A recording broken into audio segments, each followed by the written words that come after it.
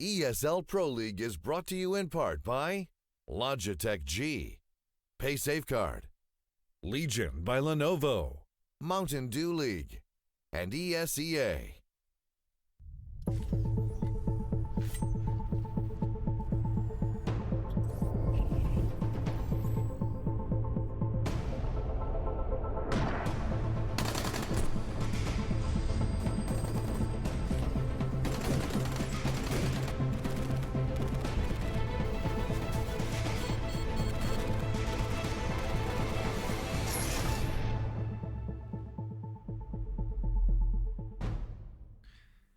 Good evening and welcome to the ESL Pro League North America Division. It is match day number 26 and yesterday we had a bit of issues, but I think we're good to go today, hopefully, at least, because we're getting towards the pointy end of things. Now all these teams, fighting still, a lot of them for their place at the finals, but we're starting to get a better indication as to who's going to be making their way through to those top spots. I guess not only fighting for their way towards finals, I mean, for today, for example, for one of our teams that are playing on this stream, they're going to be fighting just to avoid relegations, which is probably the other end of trying to fight for finals. Sure, fighting to try to get towards that finals in Dallas is going to be great, but trying to also stay in a league is a big thing. So for Winterfox, it may be quite difficult today. Yeah, definitely. I mean, that is obviously who we're talking about. Winterfox here are still fighting for a place, even in the Pro League. Optic is their opponent for today, and Optic obviously are going to be a big sort of Goliath to, I suppose, Winterfox's David in this sense.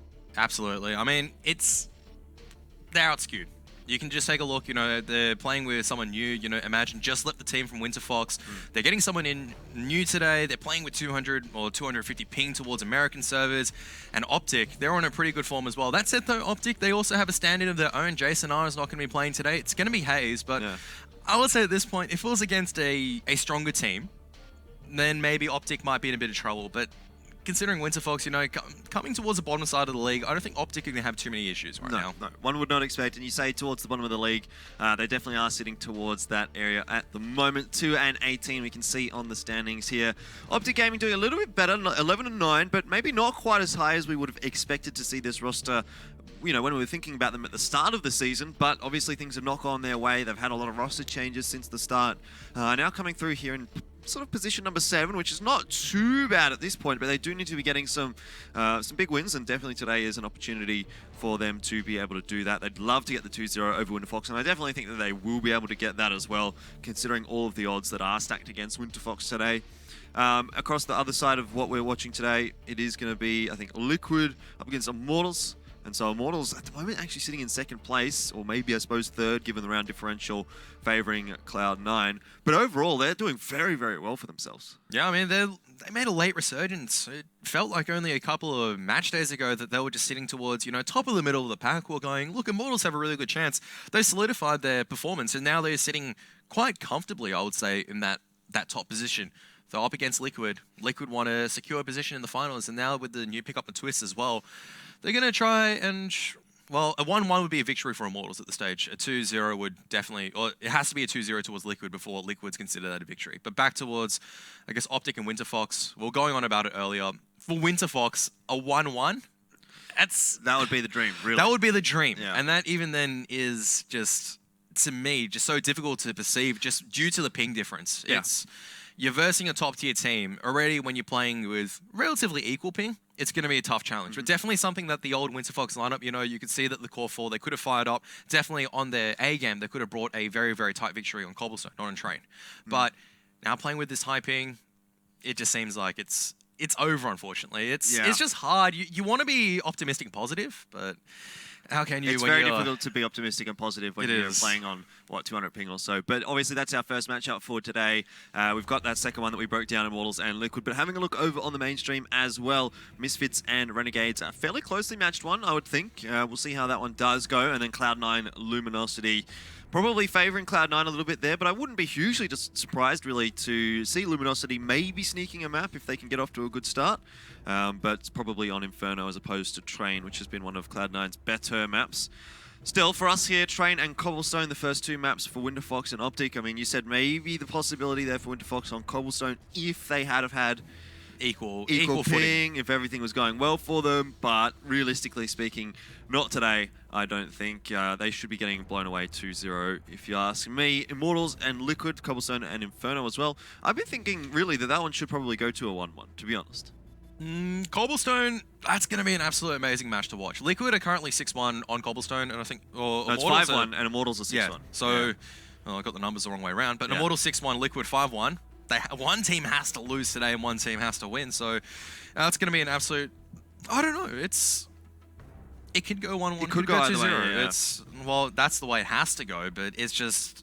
We can't determine which way it's going to go. Exactly. There's no favorite here. Well, that's why I say a 1-1, right? Because that's the most equal prediction that you can make. Because safe prediction. If you have to say 2-0, that means you have to think, okay, well, one of these two teams is better than the other. And at this point, it's hard to say that in my eyes. I would favor a 2-0 towards Immortals. I agree. Yeah, if someone was going to get a 2-0, but I still think it's a 1-1. Yeah, 1-1 is a safe bet. So I'm comfortable with going with the safe bet. I'm not a very risky person, so 1-1 it is. All right, well, there you go. We'll see whether and then 2-0 for the first one. Yeah, well, definitely 2-0 for the first one. Optic Gaming going to be wanting to make their way through to the finals, obviously, and that's what they need the 2-0 for today. So if you want to make your way through to the finals, you can go there as well, proleague.com/Dallas for all the information, for all the tickets and all that kind of stuff. Maybe you can meet Optic there if they make it. Speaking of meeting Optic, though. Why is that? Oh, next week. Oh, yeah? It is next week now, thinking about it. It is, actually. Less than a week away for IEM Sydney. Obviously, that's what you're talking about. Should be very, very exciting, but obviously, proleague.com/Dallas for the ESL Pro League finals. And speaking about Winterfox and Optic, we have sort of talked a little bit about how those roster changes have maybe come into effect now. It was imagined that has left the roster now of Winterfox. Apparently the Winterfox core still wants to stay together. They still want to try and compete in NA Pro League next season should they be able to do that. And the player that they've brought in today, as far as I'm aware, is going to be Buster, who is a player that's been around in the Australian scene for quite a while. Well, I mean, for people following the international scene, they may have seen the name Buster just once. This was, I believe it was DreamHack in... Yeah. Oh, was it... Last year? Might have been early 15. 2016 or end of 2015, where he went overseas with the Legacy lineup back then. So that was alongside with Raz at the time. So Raz and Buster have played together. These guys have all played together in some form back in the original initiation of what was then known as Animal Squad. It was APOC also as well on there. Offnu was never on there. APOC and but Buster and Offnu have played together before. I'm fairly certain. Was it in the Legacy lineup? Possibly. I think it was in the Legacy lineup.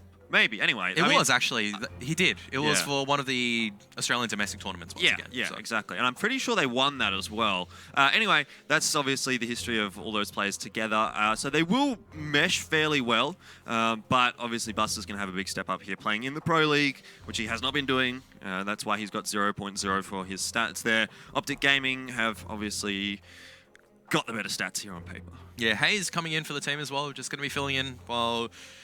Jason and I can't play, so there's not much to say. On paper, Optic have been playing much better recently. They've got the ping advantage. Mixwell has been tearing it up inside all kinds of competition. So he's just been having a good couple of games of form, and that's really positive to see for Optic coming in towards, critical matches like these ones where you want to have a comfortable 2-0. You don't want to give Winterfox a sniff in. We were talking about how it is very, very heavily skewed in Optic's favor. But if they do take it a little bit too lackluster and Winterfox figure out the key to success with playing with high ping, it's definitely possible. We said it's out of the realm possible, but common thought. Yeah. I think it would have to be something special from Winterfox if they were to come away here and get a map, to be honest. Optic Game, I mean, you can just look at that on paper. I mean, Rush, he's been having a good performance throughout the Pro League. Admittedly, Optic Gaming did go down 2-0 last week, which they played against Liquid. So, they're maybe not coming in with the greatest of form Pro League-wise. Obviously, they've been doing okay elsewhere.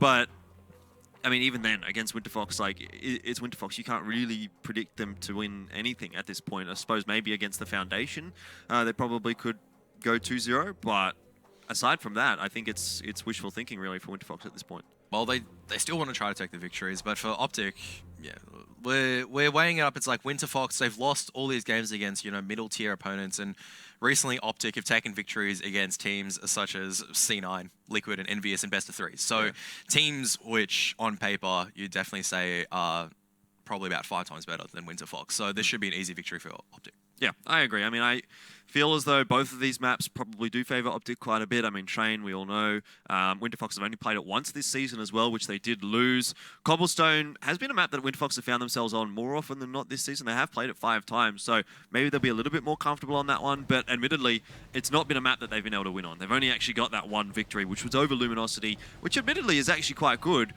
In overtime, though, and it is just a single win. So, best of one, online. I mean, how much do you really want to read into that? Optic themselves are 3-1, at least in our ESL Pro League season on Cobblestone. So, they've been having a bit of a better time on that one. But, anyway, making our way on to Train here, and thinking this one should be a fairly solid one for Optic. I'm thinking something like 16-5, probably somewhere around there. Yeah, very, very easy, especially if Winterfox decide to play CT. It's not very easy to play defensive. So there you have it. Optic going to be starting the T side. It is Optic's map pick, and Winterfox will default back towards the CT side.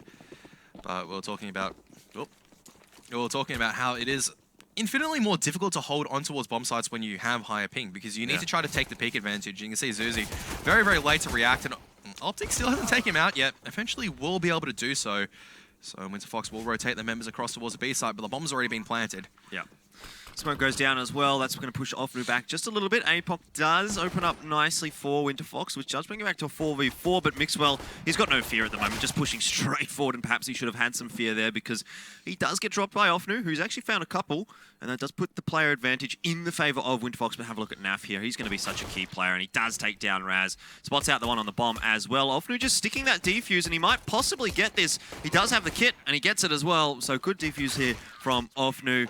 Hayes takes down him post the fact, but still, it's the pistol round 1 by Winterfox. That's what I was talking about. Optic, they were playing a little bit too confidently. You could see that they were Mixwell was just pushing. He was just going, let's just push and see what I can get away with. So, losing the pistol round on the back of probably just a little bit of a cocky push, I would say. Yeah. They'll just rain themselves in down, just go, all right, we'll probably just play basic pistols, and there you have it. Naf's actually bought armor and pistol. Yeah, it's a bit different. On the back of a bomb plant. Yeah, I know. I mean, we'll see how it goes, I suppose. But no one else is invested in that, so perhaps a little bit of miscommunication and misbuy coming out there. But regardless, it's not going to affect them too much by the looks of things, because Tarek has opened up onto APOC and puts the gun into the hands of Rush. Mixwell as well, getting one. And now we find ourselves with only 3 players for Winterfox so quickly off the bat. Raz with the scout. He's found the first, but he gets traded out. Yeah, but Zuzi has pushed out through SL. Ofnu does manage to pick one off at long range with the M4. So this is still able to be held by Winterfox. They do have the good positions as the bomb's being dropped. Also Tarek down towards 15 HP. So Winterfox just setting up a crossfire. Not going to be allowing the bomb plant to go down. And Optic, Zuzi does react a little bit late towards Tarek's peak. Yeah. Ofnu takes down Naf though, and that's the danger man really. He was the one with the armor and the gun. And so Ofnu, not too bad there, 3 kills. He started off today pretty well with 5 so far in the first couple of rounds. But this is going to be the buy from Optic. Naf will just take away a Tech 9 and armor because he bought last round. The rest of them should have AKs here. I suppose Rush is going to get an AK as well eventually. There we go. So maybe just send Naf in there, see if he can get some entries, get some information, and the other guys can trade for him.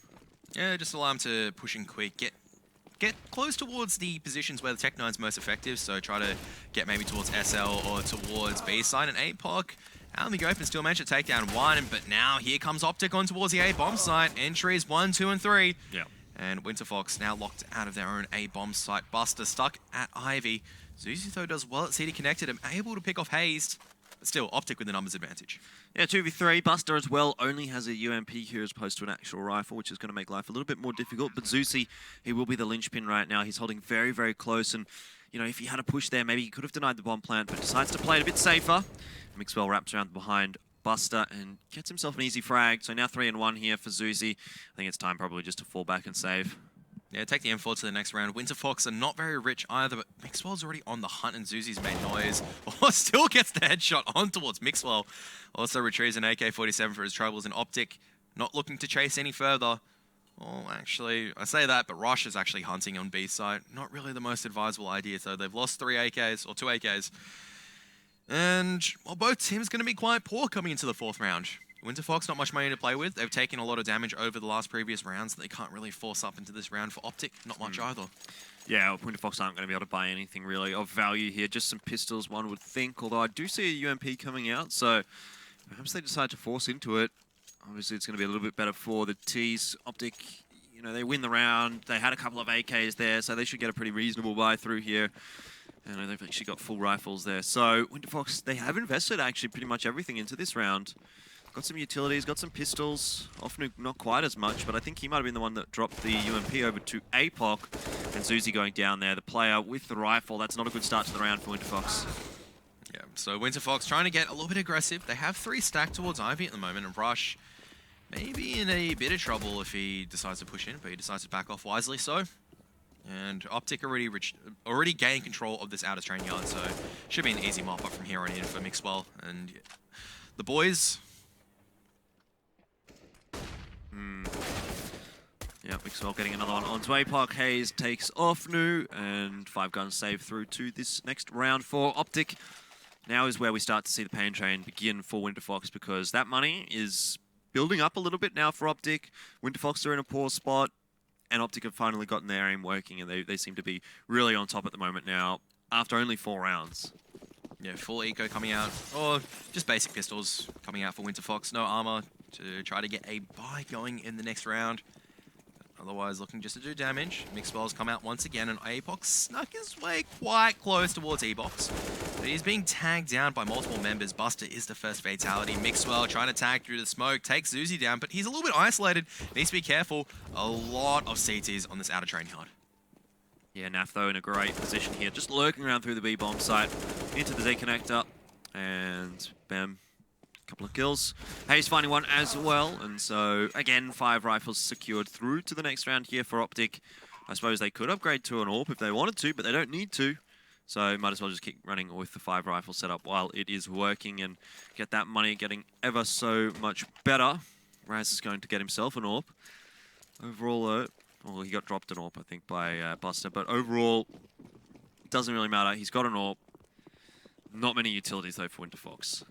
And Optic going for... It seems like an A-site split, just given how the bomb is holding towards T-Connector and how they want to get Ivy control. The 2 players from Optic on B-site are just going to thread in B-site, try to force a rotation out of Winterfox, and then come back through SL and towards A-site. But Mixwell just opens up on towards Buster at Ivy, and Raz completely blinded out. Nothing he can do. Mixwell is just absolutely on fire right now. He's just strolling in and just taking these duels one by one. And there's another kill going in the favor of Mixwell. Naf also decides to join in the fun, trades out Tarek, and now it's up to APOC to see what damage he can do. But at this stage, Optic making it look too easy. Yeah, would have heard Naf just there. So he might be able to wrap around the back here and get one. Naf is not watching the angle, though he does turn around just in time. And we'll be able to get the kill as well. So APOC goes down. This time 4 guns saved through for Optic. Not quite as impressive as the last couple of rounds, but even still 4 guns in a gun round. That's more than acceptable, really, for Optic at this point. They're once again going to be building up that economy again and again. And yeah, I mean, what do you say about this, really? It's Optic just running over everything right now. Even though it is only 4 and 2, it just doesn't feel like Winterfox is going to get around anywhere. They can probably pick up 1 or 2. Just depends on how Optic play. It's as soon as Optic feel like, oh, you know, we might actually have to take it a little bit more seriously. You can just see they decide to take map control together. They play smart. They don't push aggressively. As soon as I say don't push aggressively, pushing through the molly. You do see Rush pushing through one of his teammates' own Molotovs, and well, this is what we expected. Though Optic just coming out, able to just make the aim deals work in their favor. So that train. Probably out of Winterfox's contention. I mean, Optic were able to take a victory off SK game. Yeah. Winterfox, not really SK in terms of train. No, that is very fair. All right, so here's another gun round for Winterfox. Double AWP by the looks of things. Could even maybe go triple AWP if they wanted to, but I think that's maybe a little bit far-fetched. Never mind. They've gone quadruple AWP. It is Quadruple AWP. Triple AWP is far-fetched. They've gone quadruple AWP. Like, what do you want me to say? What do you want me to say? I don't even know.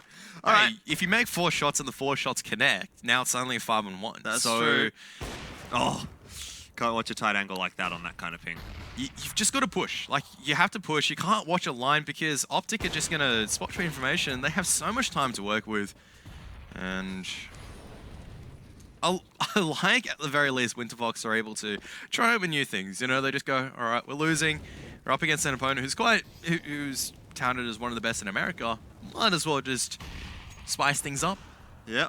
Oh, well, It's okay. It started off nicely. Raz has got one, so they know there's at least 2 AWPs, because they spotted out Busters as well, or they heard Busters. Apoc's going to go down. Mixwell in such a good position. It just seems like Optic's reading this so well. Offnu gets dropped 2, and now it's just a triple AWP here for the retake on the A-bomb site. Only a triple after losing 2 people. Only a double AWP now. Yeah, they're just losing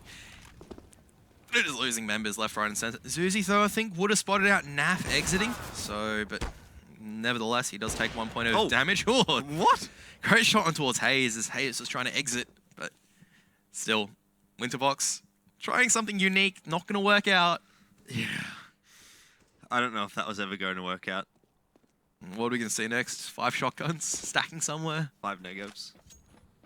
We're not allowed. They're not allowed to use it together, I think. I know, they're not allowed. Would have been interesting. Would have been fun. Regardless, Optic are kicking off 6-2 and only losing 2 AKs in this round. They've got, doesn't matter how many AKs they lose. They could lose all 5 of their AKs and they still have enough money to buy up. Zuzi going to be doing damage. Also, yeah, but it doesn't really matter at this point. No, not really, because Optic have so much money left in the bank. I mean, if he had lost his AWP, then yeah, that would have been impactful for Optic. But him getting that extra kill doesn't make a difference right now, because look at that, everyone's above 10k pretty much. Tarek does buy down to about 5, but look, like even after the buy, they've still got so much money. Look at Naf, he's still sitting on 15k. Yeah. Mixwell 14k. It's just clean domination after the pistol round. After a pistol, Crisp, clean domination. Yeah, pretty much. It's Optic have not really been challenged. They just decide, all right, let's just take our normal default control. Yeah. Let's go here, let's go there, and just make the aim deals work in our favor. Once again, Mixwell, he's the danger man. He's been the danger man so far for Optic Gaming. Zuzi, very least, able to put the saved AWP to use. Able to get the first pick. I think Naf might have heard Apoc there dropping off. It's not going to spot him out though. So Apoc does retreat safely into the B-bomb site, gets a bit of information as well, hearing that shot coming out. Still player advantage here for Winterfox, given that Zuzi did open up with the frag. Apoc might get one here too, and he does. So it brings it to a 3 versus 5. And if there was ever a round that Winterfox was going to win, this would have to be it. Yeah, and what Winterfox are doing really well is that they're deciding to push now. They go, all right, let's not, because with 200 ping, you can't just hold lines. You have to use the advantage when you peak. You have that brief moment of opportunity. That doesn't change for any ping. You have this brief moment of opportunity, and you've got to strike. They know exactly where Mixwell is going as well. Apoc, though, well, and you can't do that, unfortunately, with high ping. No. All right, so Mixwell, what can he do? Nothing, apparently. Zuzi, very, very good round from him. Gets 4 with the AWP, and he needed to be the one to make the impact, and he did. So Winterfox do secure a 3rd round through here. Optic will, of course, buy once more into this round. Winterfox should get a pretty decent buy here. They had 3 guns saved through, so it should be full, pretty much. Buster 0 and 8. Welcome to Pro League, I guess. Yeah. I know it sounds harsh, but that's kind of what I was expecting. It is not easy, firstly, to just come into Pro League, even with someone who's Buster's been playing a lot of years, but playing with high ping, playing against top tier opponents, initiation by fire. Yeah. Trial by fire. Maybe that's what Apoc's got at the moment as well.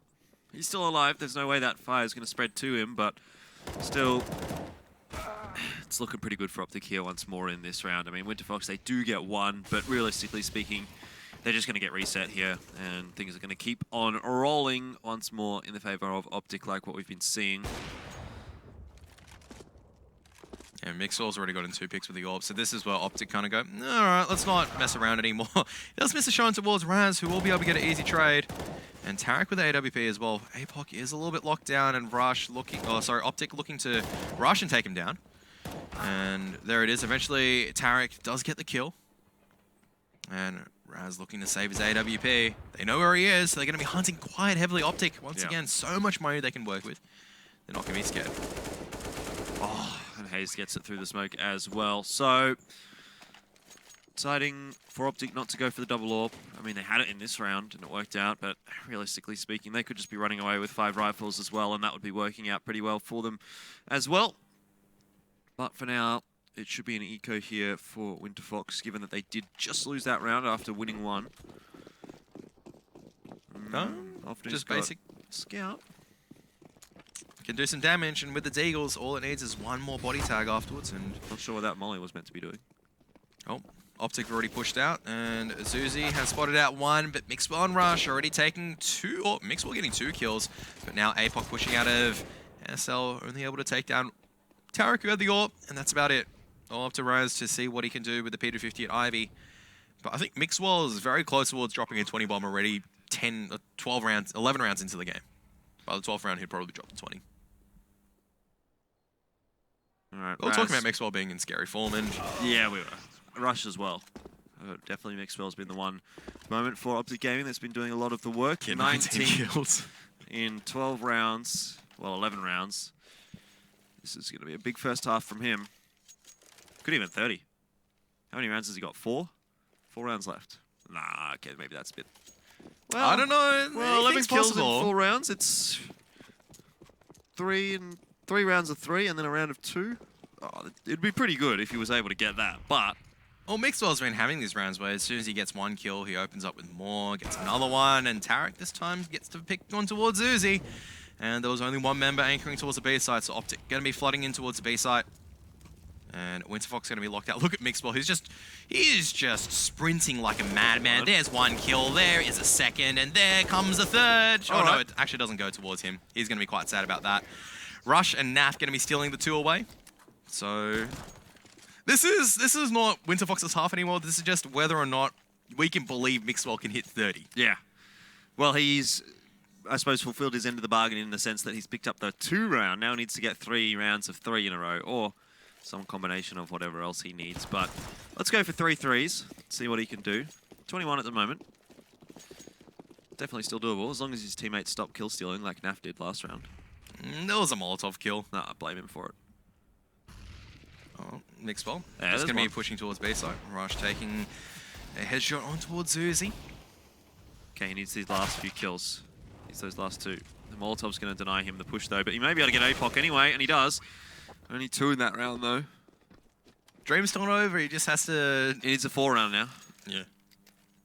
This is going to be brutalizing even when it comes towards the CT half where Optic, you can just see right now is that they've regained their confidence. They're going, all right, let's just push. Yeah. Let's just push. Let's just pad the stats. Let's just completely roll over. And so far, that's what they've been doing. Winterfox have been forcing almost every single round. The only times it has really worked is when they've had multi-kill rounds coming out from some of their members. Zuzi with 4 AWP kills, or Offnu with the initial pistol round. And there we have it. APOC playing close with the Max 7. See ya. Well, there goes the 30 dream. Can't get 7 kills next round. That's a nice shot from Naf. Fox, they're trying to do something in this round, but again, it's just not going to work, really, by the looks of things. Optic getting the control of the map. Tarek, easy kill onto Zuzi. 2 players left alive now for Winterfox. Buster might get 1 here.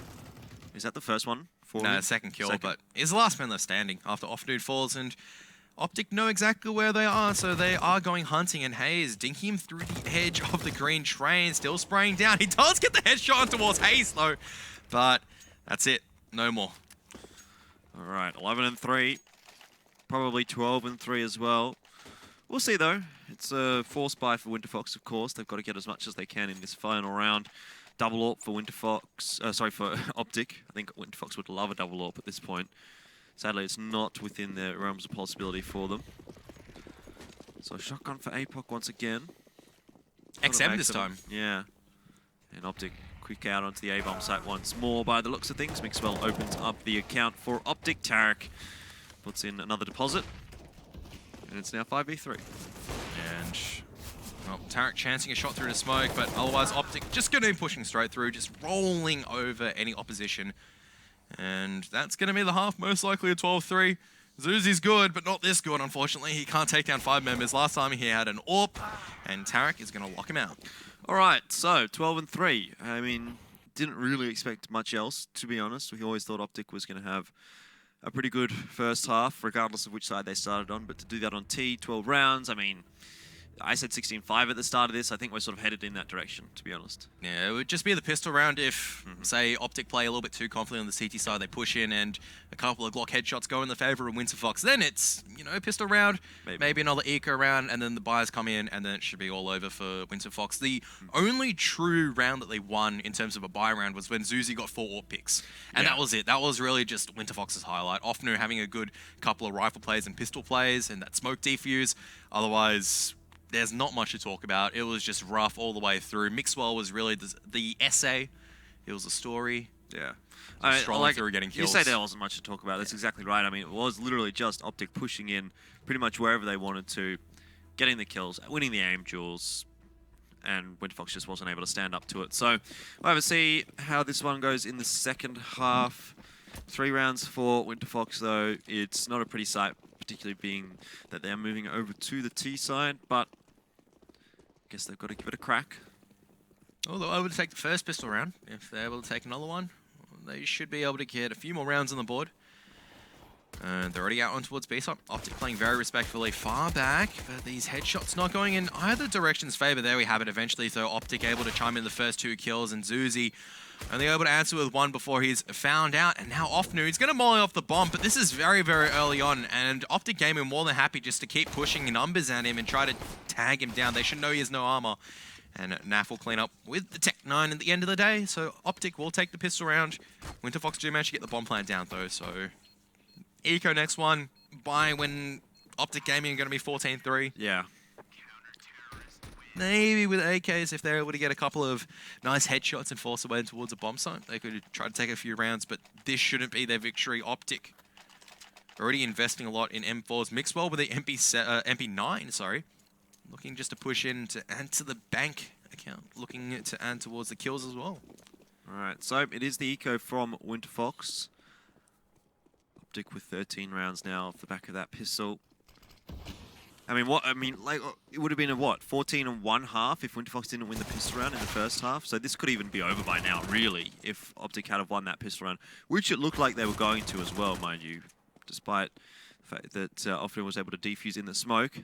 This has been a pretty much standard round, really straightforward for Optic Gaming at this point. 5 guns still alive. Tarek takes APOC down in the end and takes Optic through to 14. So here comes the gun round for Winterfox. Perhaps not going to change Optic's strategy. Only one that they can get in this half. But yeah, I don't think Optic's going to really be bothered by it, to be honest. They're just going to charge in. Mixwell just goes, yeah, I'll just push through my own smoke and flashbang at inners with the MP9. At close range, he can...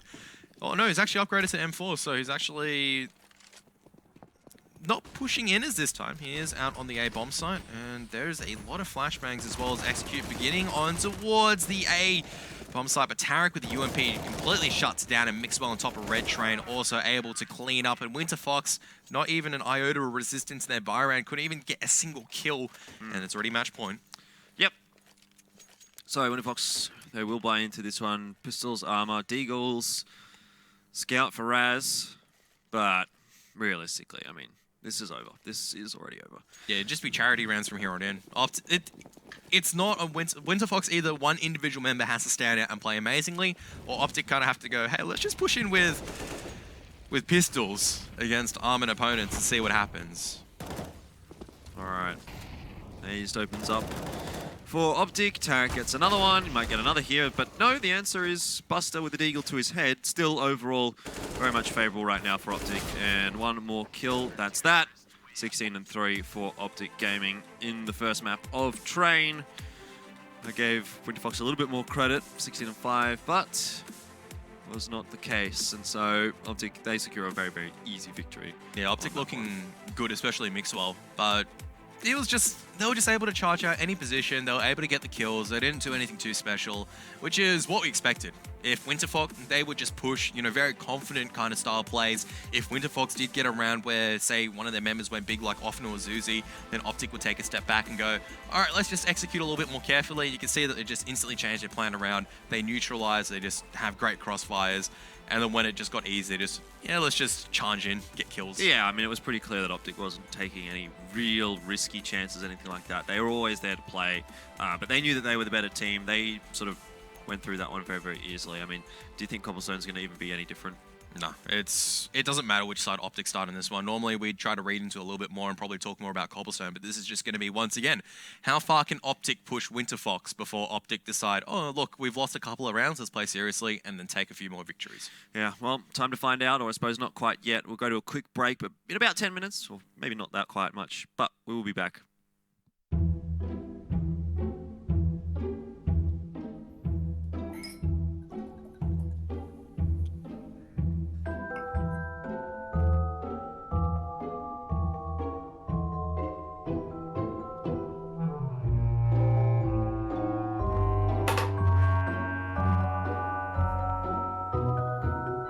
Start your esports career now at play.eslgaming.com.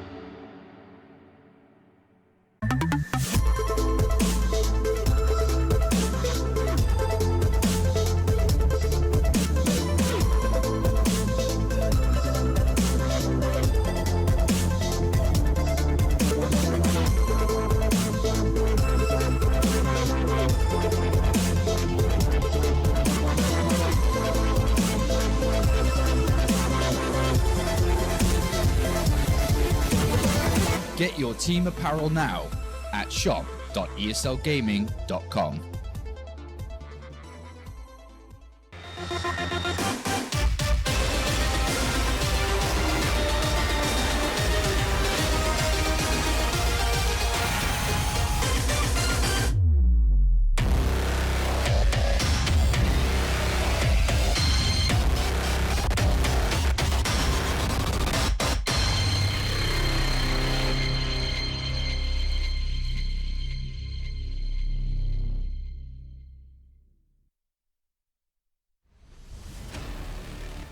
Oh, and the run boost is going to come out, or at least a little bit of a cheeky kick. Oh, and Devil gets it!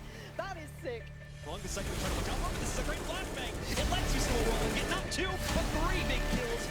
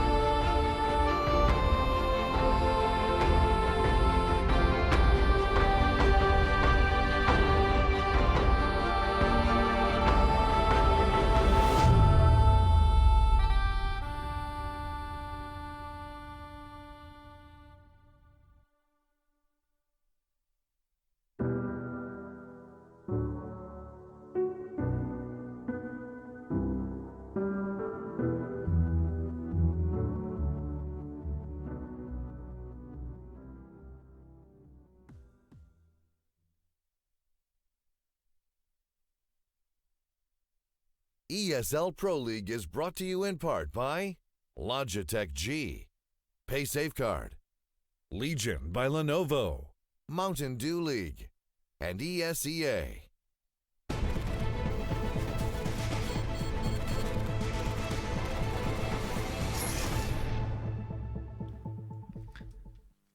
G'day guys and welcome back to the ESL Pro League North America Division Season 5, Match Day 26. I could keep going, but I'm not going to.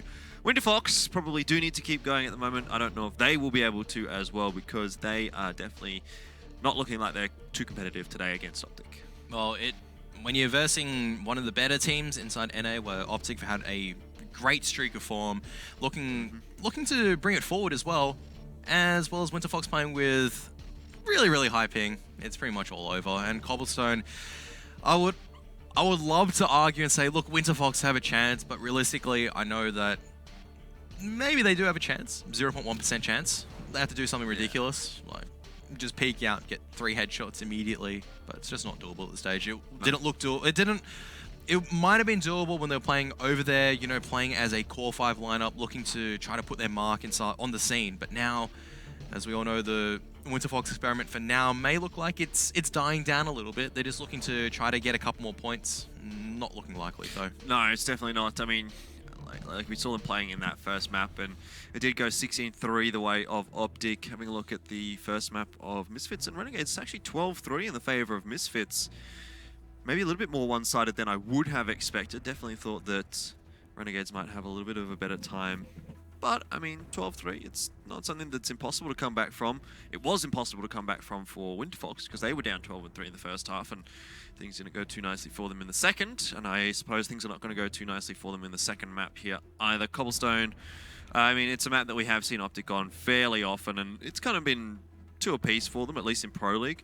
But overall, I still think it's going to be much more favourable for them than it is going to be for Winterfox. Well, they're 16-3 Misfits, which is, speaking volumes, the only defeat on Cobblestone has been against Liquid, 16-14. And we were talking about Liquid earlier on today. We'll see them later on tonight, but they have also they've got a 6-1 or a 5-1 record against 5-1 record on Cobblestone, which is no small matter, especially when you're versing so many teams which probably drill themselves on Cobblestone as well. So that is definitely quite a solid record for Optic Gaming. Only losing against one of the better teams in Cobblestone, not bad.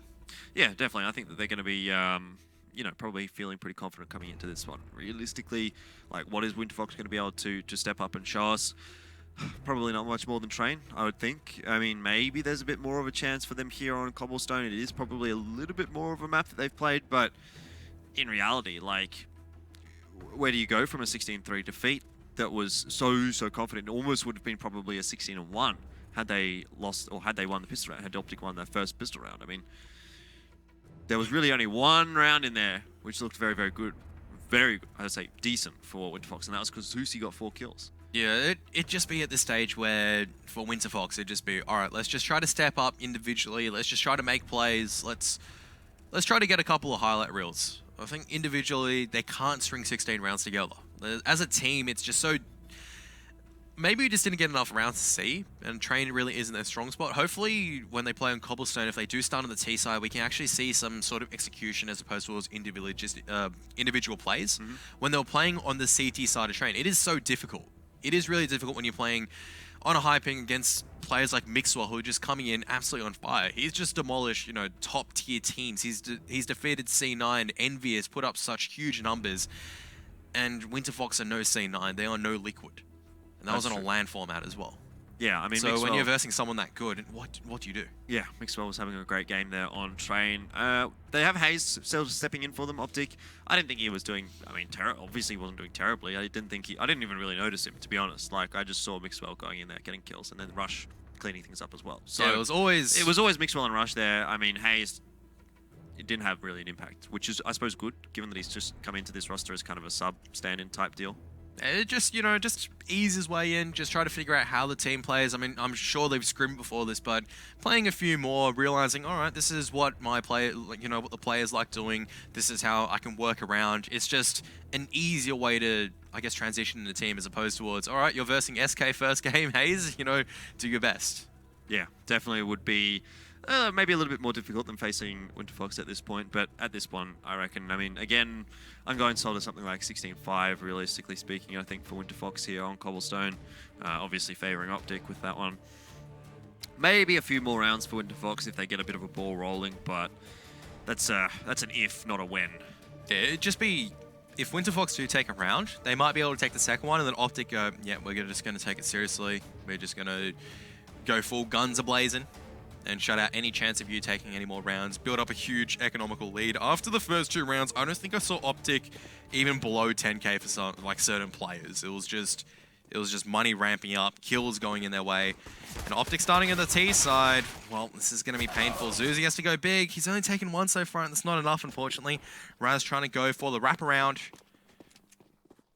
And well, it is a counter wrap, but Raz does manage to take down Hayes. So it's still 3-3 with one plant going down the A site. So still winnable for Winterfox.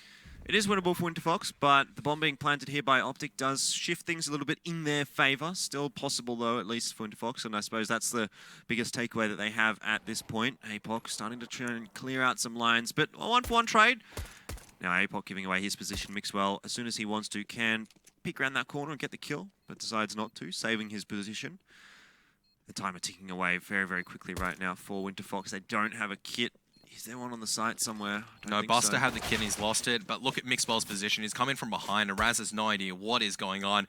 And time is just dwindling away. Mixwell, see what I mean by how confident Optic are? Yeah. Normally in a situation, if you saw Optic playing against a top-tier team, they just be like, all right, let's just play safe. Mixwell's just going, I know you can't kill me, so I'm just going to peek you. Yeah. That's just confidence. And it works out in his favor as well. So, Winterfox, they do drop a pistol round. Optic off to a good start, but Winterfox is deciding to invest into this round as much as they can. So, force buying. It's got a scout on Raz, and you know, he looked okay with the scout on train. He got some nice shots when he had the scout, but I don't think it's going to be enough here for Winterfox really to hold off the onslaught that Optic Gaming is going to bring into them. Offnu holding by Broken Wall now. Does get taken down with the 1-for-1 trade. Overall still very, very favorable now for Optic. 4 versus 2. And the B-bomb site has been taken in control of Optic. Yeah, and Hayes just cleans up with a Mac 10. So 3 kills going over towards Hayes after the drop attack. Optic just charging in. No fear, no hesitation whatsoever. Looking to amp up money. And Mixwell with a P90. Cool. Can't complain about that. It's been a while since I've seen the P90 in the Pro League. I know Esto likes picking it up, but I haven't actually noticed any of the other players picking it up as much. I reckon it's cool. I can't complain about that one at all. I mean, Optic Gaming, when they're rolling over Winterfox, why not just have a bit of fun here and see what they can do with P90. It's a big nade stack, though, from Winterfox, and this might actually work out, because that's exactly where Optic was headed, and they do get a lot of damage across there. Mixwell, he only gets 1 with the P90, now falling over potentially into the hands of Winterfox at this point, though. Perhaps not, given that there's only 2 players left alive. Now 1, Buster on 4 HP, and they know where he is as well, so that's game. Nade stack, it looked okay for Winterfox, but just didn't get quite enough done. Yeah, no follow-up means that they couldn't really just clean up the damage they initially did. And now Winterfox, after a few rounds of forcing up, they're not looking the best in terms of the eco game.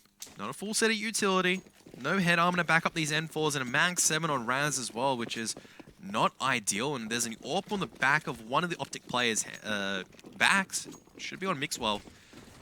And indeed it is on Mixwell, most likely dropped by one of his teammates. He's been the only person who's actually died in probably all 3 or in the last 2 rounds for Optic, and Mixwell is just going to charge forward. He's taking some damage from the Molotovs, but he doesn't really matter. Doesn't really care. Is now Tarek with a Galil kill towards Offnu as well. Zuzi trying his best now, but there's not much else he can do. No head armor means he gets completely shredded. And Optic just B-side every single time. Yeah, and it works out for them as well. So this is going to be 4 Raz with just a Mag 7, and what do you do, really? I don't even think Mag 7 and Dream. He can't even get really exit frags because no one's going to push through Connector. They're all going to go back out through Plat. I suppose maybe they're going to try and hunt him down. Might as well. Then he can get some kills, but... Well, here's one right now, so he's going to be dancing around with the Rush. Rush going to be pushing forward. He's going to meet his death by the Mag 7. It's going to say P shooter at long range, but close range, it is definitely very lethal. He did take a dink earlier on, but look at Hayes chasing forward as well, coming very aggressively forward. Oh, gets the dink on towards Hayes, but can't get the kill, unfortunately, which means that he is going to lose his life. And Tarek picking up the AWP now. Mixwell goes, nope, going back to the Mac 10, going back towards my old pushing days. Do you reckon if someone did actually make a pea shooter, it would be good? Like, you could shoot frozen peas. I reckon that would be... It would hurt, right? Frozen peas? They're like little pebbles. No, I don't think so. I don't think frozen peas actually hurt that much. Maybe you just don't like peas. What? You reckon if someone shot a frozen pea at you? I wouldn't... I'd rather be shot at a pea shooter than a Glock, that's for sure. We call the Glock a pea shooter, but I'd actually rather be shot by frozen peas than by... Yeah, probably. By a Glock. Depends how fast the frozen pea's going, I reckon. Anyway, that was the eco round for Winterfox, and they were using their pea shooters to bring it back. Now we're going to see the gun round. Is it going to work out any better? Quadruple AWP, maybe? We'll see. Maybe a 5 AWP setup? Can they afford that? I don't think so. Well, not this round. Only 2 AWPs coming out. APOC and Raz. The Rifles and Optic actually looking to change things up. They are spreading more openly towards the A courtyard, but now they're backing back towards the B site. And Mixwell, look at this confidence. He's charging straight forward. He's already out! He's just charged straight forward and goes, no, I don't really mind. And he knows there's going to be an AWP there. He's just charging forward. He hasn't spotted out Buster. He does now, so he takes down 2 before he's traded out. Optic is just charging through into Molotovs. What else can you expect, really, from Optic at this point? Winterfox still got 3 players left alive, and they do have some presence on the B bomb site. APOC is going to be so key, though. If he drops, that's where Optic start to get the control of the B site. But at the moment, they've actually decided to rotate off it just a little bit. Now coming back. Winterfox has no idea where they are right now, though. Yeah, they know there is a few in drop, and, well, the flashbang APOC's AWP report. Oh, we'll be able to pick off Rush and Zuzi at Rock. We'll back him up as well. Won't be able to get the flick on towards Hayes, though, and they know where Zuzi is. Locked down towards Rock, and Tarek with AWP from downtown shuts him out. So now it's all up towards Raz. He's coming forward. I think he may have just spotted a glimpse of Tarek, but Tarek should be able to take this AWP shot very easily. And he does. Headshot as well, just to prove his superiority. Bit of overkill, I suppose, but nonetheless, another round on the board for Optic Gaming and Winterfox. I mean, now where? Now what are we going to see from Winterfox? What A have Nova, they got in their bag of tricks? a Zeus, a UMP. Yeah, It's okay. looking like a Halloween trick-or-treat bag, really. A mix. I don't know what kind of trick-or-treat bags you've been getting, but mine did not include guns. I was going to say candy of a sort of variety, and they are just going to be lining up for Hayes at the moment. It's just making it look too easy. So there's not much really to go over these rounds. Optic are just going, hey, how hard can we push before we're punished? Mixwell just decides to, you know, charge out full YOLO strategy. Raz, if he gets a Zeus kill, it's going to be an absolute miracle right now. I'm praying he gets a Zeus kill because it's been funny, but it's not likely, and APOC will help Hayes towards a quadra kill. As Optic go up 7-0. This is just... There's not much you can say about this match. It's just how much can Optic get away with? Can they drop Can they maybe... 16-0? They possibly could. If they played maybe more discipline towards the latter half, maybe. But Possibly. at the stage, it's just going to be Mixwell going, do you think I can jump out of platform again without being traded out? And Tarek actually leading the charge towards plat. 4 towards platform. No initial grenades coming out yet. APOC playing very, very close. He's waiting for the person to drop out of plat. Looks like the Molotov will stall Optic for just a little bit of time. Yeah, so again, a very heavy beat defense for Winterfox. It hasn't really worked out so far. Optic have been quite easily able to get over it, and Mixwell, he does get traded out there by Ofnu, who actually finds a couple more through the smoke, and there we go, maybe a round here for Winterfox. Finally, something's going their way, and again, just back off an individual play, really. It was Ofnu there that got 3. He took Mixwell down, he got the 2 sprayed through the smoke, and now they just have to take down Hayes, which is potentially going to be maybe a bit of a task. He's got a minute of time to work with, though the bomb dropped in the B bomb site, so they know exactly where he has to come. It should be a matter of time before he does go down here, but he's slowly and methodically turning these into 1v1s, and he's won the first 2. Now bringing it back to a 1v2, he'll spot out Buster as well, and oh no, Winterfox. This is not one that they want to let slip. Yeah, but he doesn't know where Raz is, and Raz now the critical player has not been spotted out. He's made his way close E-box room as well, and Raz now spotting it. Oh, his gun barrel's been spotted out. This is over. Hayes just waiting for it right now. There you go. Hayes winning the 1-on-4. It looks so good as well. It looked so easy. Offnu was just able to get 3 people. Bomb was lost, and then Winter Fox, they knew where he was, and they just went in towards all one-on-ones and allowed Hayes so much respect, so much territory, and Hayes just takes it just that centimeter and takes it a complete, I'll use the American term, mile. Yeah. We've changed from, he just single-handedly changed the metric to the Imperial system, which, well, it worked out anyway. He's just looking to continue his form of demolition. He's already on 15 kills after 8 rounds. We were all talking about Mixwell the previous game, and you said, you know, Hayes had an okay performance. He might have heard us and gone, I'll show you an okay performance. Well, I mean, it wasn't to say that he was playing badly. It was just to say that he didn't even need to do anything. I mean, Mixwell was doing everything, and now, yeah, he's had a chance to do something. He's answered it well. So, Optic, you know, that is how you 16-0 a game, you know, when you win rounds like that. Because that was a round that Winter Fox should have definitely won. If they cannot win that round, what round can they win?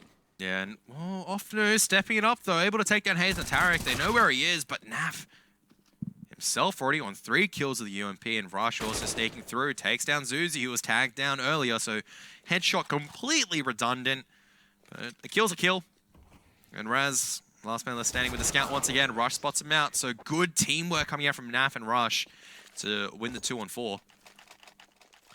Right, 9-0, Winter Fox with a bye. Not going to be a perfect one, but it's going to be a bye nonetheless. But what can they do? They've had buys, they've had 4v1s, it's not working out for them. I don't know. I mean, I just have to keep talking because that's what I'm here for. But realistically, I don't know what to say about Winter Fox at this point. I've just run out of things. I've run out of ways to say that they're not going to win. It's just at the stage, you'll just be like, Apoc's just trying to charge him the M4 at this stage. Well, at least they do get a kill in towards Mixwell, but Mixwell so far has just been trying to charge in and see what he can get away with. It's not working out too particularly well this game, unfortunately for him. All right. A-bomb site now, but a bit of a hold there from Winter Fox. Not something that we have seen too much from them. They've typically been focusing more so on the B-bomb site, but it's going to allow Optic a free reign into B. And I don't think Optic have even pushed the A site at all. After the pistol round, yeah, that's it. Like, so it's just been B hits across the board for Optic Gaming. This is kind of like, you know, if you were to like run a drill, let's say you're playing soccer or football, whatever you want to call it, and you were to just run the same drill over and over and over again. That's kind of like what Optic's doing right now. They're running the same drill on the B-bomb site. Let's see how this hit works. Let's see how this hit works. Let's see how this one works. They're all working, so I don't know if it's actually the greatest of practice right now for Optic, but it just feels like they're just going to keep hitting that B-bomb site because there's just no challenge. It's like watching just 2 completely different tier teams right now. It's not even Winter Fox even putting up a struggle. The only rounds that they put up a struggle is where Offnu's gotten a few kills. That's it. So I'm just going, yeah, Offnu's got a couple of kills. This round's looking pretty good. And then Optic just come back. They just group up and they just stroll in and just have a fun time together. And Naf just coming straight forward, spraying forward. It's going to take them busted through the smoke. Yeah, easy as you like there. Offnu again does take one, and Apoc with a charging Tarek in his face is going to be able to find another kill for Winter Fox here. But now I guess are we going to see Optic stabilize again in this round? Realistically speaking, probably. It's 2v1 for Mixwell, but he knows exactly where Apoc is. All he has to do is figure out where Raz is, and he's done just that. And now he has a very low HP Apoc to work with, and that grenade not quite going to be able to take him down, but I think Apoc's made a little bit of noise here, and that gives away his position, that's for sure. Mixwell has the health advantage at least. Apoc has got a gun, but he's been spotted out, and there you go. Another one. Another clutch goes the way of Optic, and was there ever any doubt? A little bit. It's like the nagging doubt where every single time you've known for 10 years of your life, you've never left home without your keys, without your wallet, without your phone. Yeah. That doesn't stop you doing the 3-touch check. I do that. That's true. You know what I mean? Like, when was the last time you've actually forgotten your phone and keys and gone, I've actually forgotten my phone and keys and wallet? No, you always do this. You always do. It's always reassurance, but it's always the doubt that makes you do it. All right, that's an interesting analogy. I'll pay that. But Winter Fox again, they're going to have to be holding off another assault on the B-bomb site. This time it's just Mixwell jumping up and down on platform, and Apoc, understandably, is going to take him out. They're going A. Yeah, They're going A. it's a bit of a change. They decided B-side Optic was... is rattled. I think Optic's rattled. They, you know, obviously they've been having a tough first half here, and so things haven't worked very well. They're going to have to move over to the A-bomb side, change things up a little bit. Maybe they just want to see what the you know how the saying goes, the grass is always greener on the other side. Maybe Yeah. they go, maybe the grass is greener on A side. Is it? There's a tree on the A side. There is grass. I mean, on the slope, there's a little bit of grass. I know it's not really the best grown. CT has a little bit as well. Maybe we should have stayed at spawn. There's a quite a lot of good grass cultivation of flora. Oh my goodness me. Rushed. Getting 2. 3. 3 probably, yeah. Yeah, he got 3. Alright, so Molotov down, bomb down as well. Just like every time. 5-on-3, or 3-on-5 for Optic, and they're able to convert it down towards a 3-on-1. Just clean entries. No trades coming out from Winter Fox. They're all just charging in, trying to make the hero plays, and it's not working out for them. Yes, indeed. Tarek gives away his position there, which results in APOC getting a kill. Now he might actually sneak through here and get one on the rush, but no. Fires the shot off and misses. They know where he is, so they've boxed him in completely in rush. He was thinking about it. Wow. He was thinking about the knife, but he decides to not risk it. He does pick up 4 kills at the end of the day. And Optic, 12-0. What else could we talk about? What did you have for breakfast today? Peas? Noodles and a burger. Well, that's a really weird combination, but I was That's really because you're hungry. Asian. I woke up early and then I had noodles. And then I was like, I was driving here and I'm like, I'm still hungry, so I might as well pick up something small. And it's going to be, with the upcoming matches, I had to be very optimistic to say, I think Winter Fox and Optic was going to be a long series. Whereas I would say Liquid as well as Immortal is going to be a lot longer. Winter Fox Yeah, I might think be able to so. pick up another round. Well, 1 round. Maybe. Maybe they can avoid the 16-0. That's obviously, I think, at this point, probably what they want to be doing, because there's not really much chance that they're actually going to win this game. But, you know, at least they can say they didn't get 16-0'd. HLTV will give them a bit of a drubbing if they do get 16-0'd. I can see it in front of my eyes. You know, like when you look the into massive when you 16-0. look into a light and then you close your eyes and it's just still flashing there in front of you. That's what that 16-0 is for me right now. Surely this is a round which has to go in the favor of Winter Fox. Surely. Well, this is the one that if they don't get, it's going to be another one like the hazed clutch, where it's just like, well, Oh no, they're not actually using the boost. They spot him out. They know where he is. wrong boost. Oh my goodness, how do you respond towards that? They know where he is. Oh, and no. Hayes is just going 1, 2, 3. He's going to be tagged down by Raz, He though, doesn't with the have the bomb. scout. He doesn't have the bomb, so this is a difficult spot actually for him here. But he's going to push, and I don't think Raz is going to expect this. I think he is, though. He's expecting the push. He should be able to win this. Oh, he nearly gets the wallbang. But Hayes, he's still pushing. He's got no fear. He hears the scope. He knows that he's in drop. And Hayes going to be calling up to Flower Bed, but Raz has not heard him and spotted him out. Hayes now on the push. Time is ticking away, so he does have to get a move on. And jumping Tech 9 to close it off. Can anything even go right for Winter Fox in this game? It's like Raz does the damage and he goes, yeah, I'm going to play around this. And then he gets completely shut down by mid-air Tech 9. Balance. Oh, what do you say? What do At you least really that was say? a bit of excitement. You know, it got close, it got exciting, it got fun. But really, Stops us talking about inside, frozen peas and... inside, you were thinking that Hayes had it for sure as well. Because after you got the first couple of kills, after the run boost, you're like, oh no, I see how this is going to go. Yeah, I did get that feeling, I will be honest. I could see it again. I said, like the 16-0, it's flashing in front of my eyes. APOC, he gets 1, but it's not going to be enough here. Optic Gaming, they will start to gain control of the B side. Zusi, what can he do? He gets the first. Not the second, though, and that's not enough for Winter Fox at this point. Optic are going to make it 14-0. So, just a few rounds away. 3 rounds away from the dream for Optic, but not make that 2. What do you have for breakfast today? Wheat Bix and Milo. Wheat Bix and Every Milo. day, mate. Breakfast Every of day. champions. That's it. I wish Wheat Bix would sponsor me. If I could have a personal sponsor and I got to choose what it would be. How many do you do? I only do 3, actually. Sometimes 4. 3 is pretty solid, though. Yeah. Especially with Milo. That's enough to get you through Yeah, it gets me a through. good day of Pro League casting. Yep. No Vegemite? No, That'd be disgusting, I have actually. I do Vegemite in the evening. Have you tried Vegemite on Wheat Bix before, if we're going full Australian no, mode? I have never done that. Milo and Wheat Bix. It's got to be sweet. I agree with that. Although, Vegemite with Weet-Bix, you could have, like... By the way, Optic's just winning this round again. We could have Vegemite and Weet-Bix as, like, a sandwich. It would be very, very dry, but... They're not even going for the bomb. 15-0 Optic just charging out to the B site once again. Well, you were saying 16-5 optimistically, and I think the 5 part was optimistic. Well, actually, I was thinking 5 would be pretty realistic, actually, for Winter Fox. So, at this point, yeah, it's definitely looking optimistic. For 15-0. It's a very quick series. I'm saying at this point, 16-0, really. Yeah, it is. Like, it's pistol round, so it could go either way. But Optic deserves a 16-0 at this point. I mean, they have made this Clutch look is too one. easy. Clutch is one. Everything has gone right for Optic. How many? It was 3-5, 1-1-4, 1-2-4. Just ridiculous. Yeah. What more can you say about this? I understand, obviously, it's Winter Fox. They're playing with terrible ping. They're playing from Australia and New Zealand.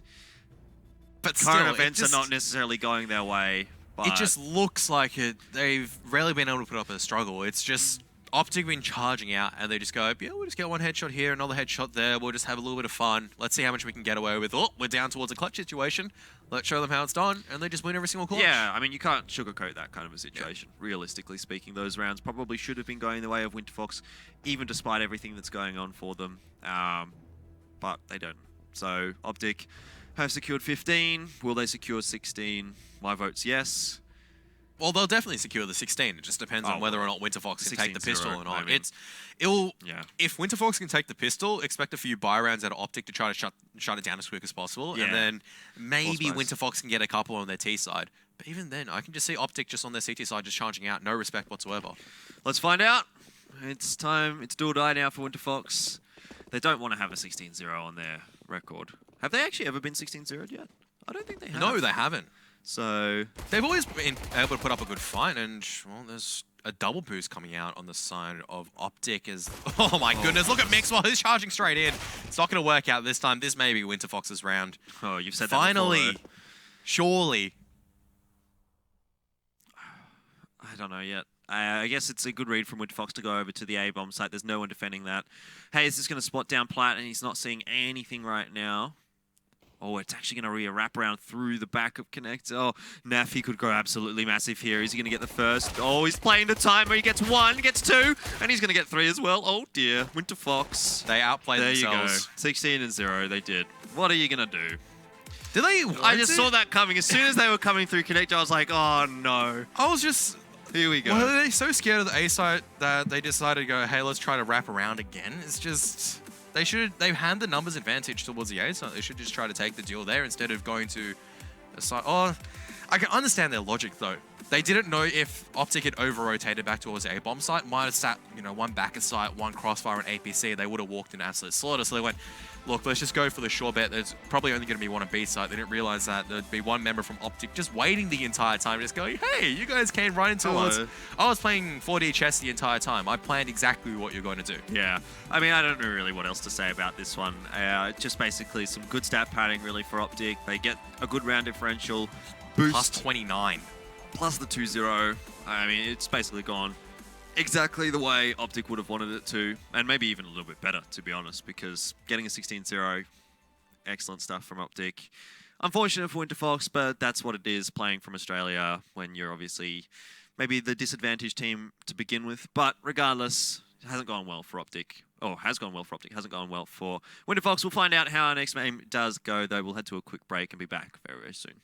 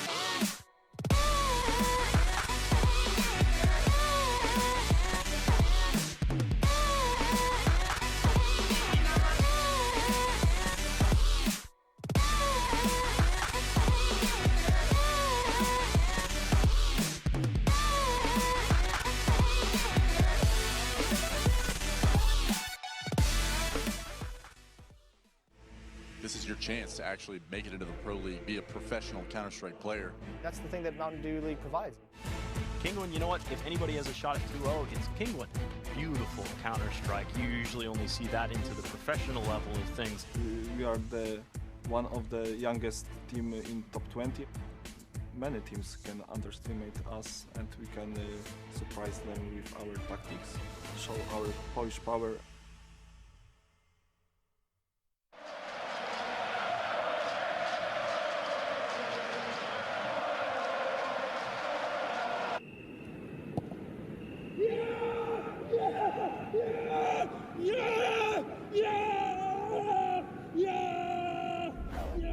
Start your esports career now at play.eslgaming.com.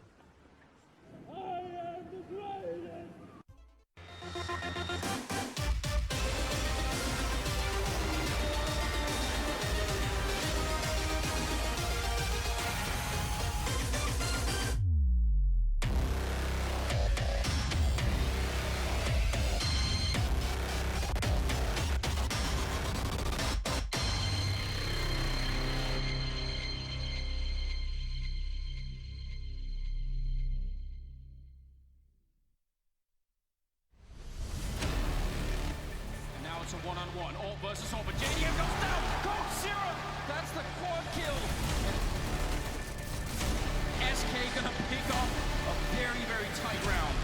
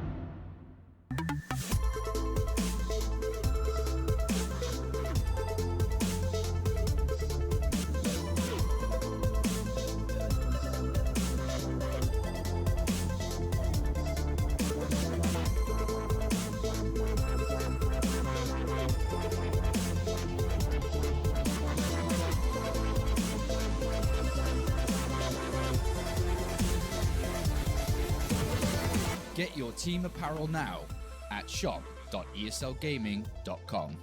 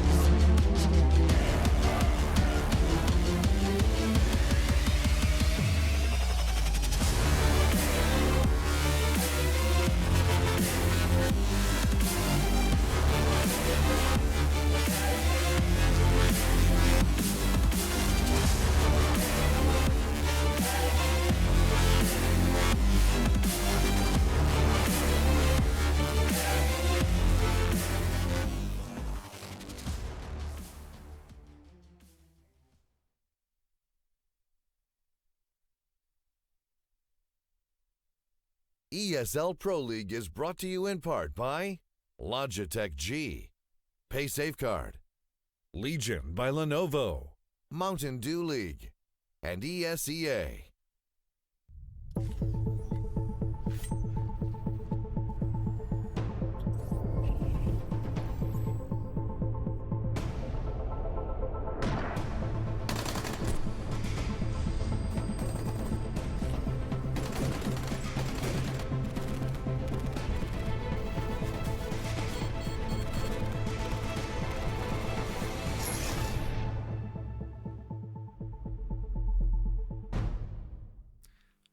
Hello, welcome back to the ESL Pro League North America Division. I feel a little bit weird saying welcome back because we've had like an hour break, but it was a very, very quick first series there between Winter Fox and Optic. It was 16-3 in the first map, 16-0 in the second. And so we were very, very early. We've had our little bit of a break now, waiting for the teams to get ready. Now the teams are ready. And so we've got our next matchup coming up. Liquid and Immortals, definitely expecting this one to be a little bit closer. This is going to be a very, very crucial match as well for Liquid, because coming in towards the final few match days, they need the points to try to make sure their position in the finals is solidified. For Immortals, they're much further up, currently sitting at third, tied second, third if it was around differential, I believe. Okay, yeah. But regardless, they're in a very comfortable spot. Whereas for Liquid, they're in a little bit of a tighter spot. They need this 2-0 a lot more than Immortals need the 2-0. I'd say Immortals, they'll be happy with a 1-1 today, as opposed towards Liquid. They can't really afford a 1-1 right now, I feel. No, probably not. But in saying that, a 1-1 I feel as though is probably the most likely result. If there were to be a 2-0, I would be picking Immortals to get that one.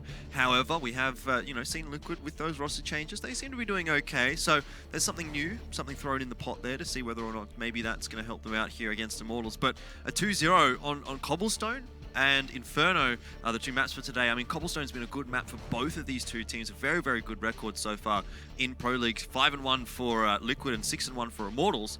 And so we have to think that both of these two teams are going to be feeling like they can take Cobblestone, but obviously only one team can take that one. So hard to say who's going to come out of this one with the advantage, but I'm definitely thinking it should be very, very close. And it'll be good as well, because we get to take a look at probably Cobblestone on a more serious way for teams to play it. When Optic versed Winterfox in the previous one, Optic were kind of just sprinting around towards the B side. You'd expect a lot more of tactical map control coming out from both sides, regardless of CT or T. They want to retain that danger as well as long A control. That's going to be where the mind games really come in. Not as much as in terms of one-on-one aim deals, which you'll see towards the B side. It'll be a lot of the mind games that happen where they'll try to fake each other out, kind of go, you think we're going to be here, we're actually not going to be here, so... Yeah, well, obviously we saw our first matchup today, which was very, very quickly gone by the wayside, I suppose, if you're Winterfox. 16-3 to Optic in the first map, 16-0 in the second.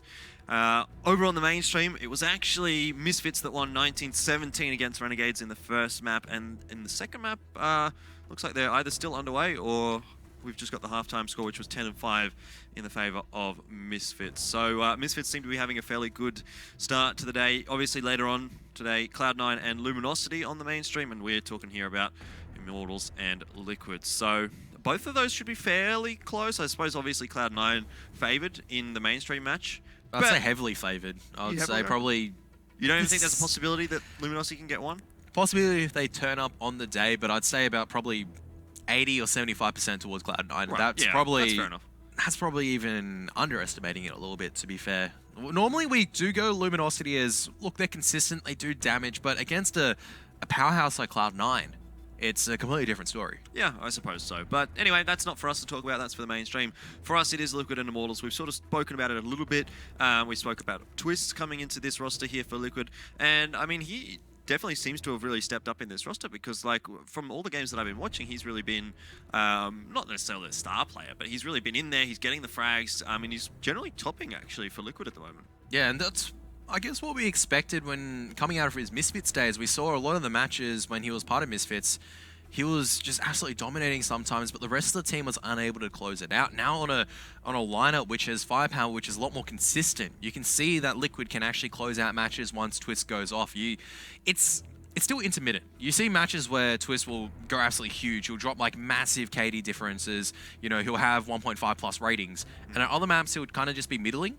The good news is that on Cobblestone, most of the time, Twist has been quite good on it.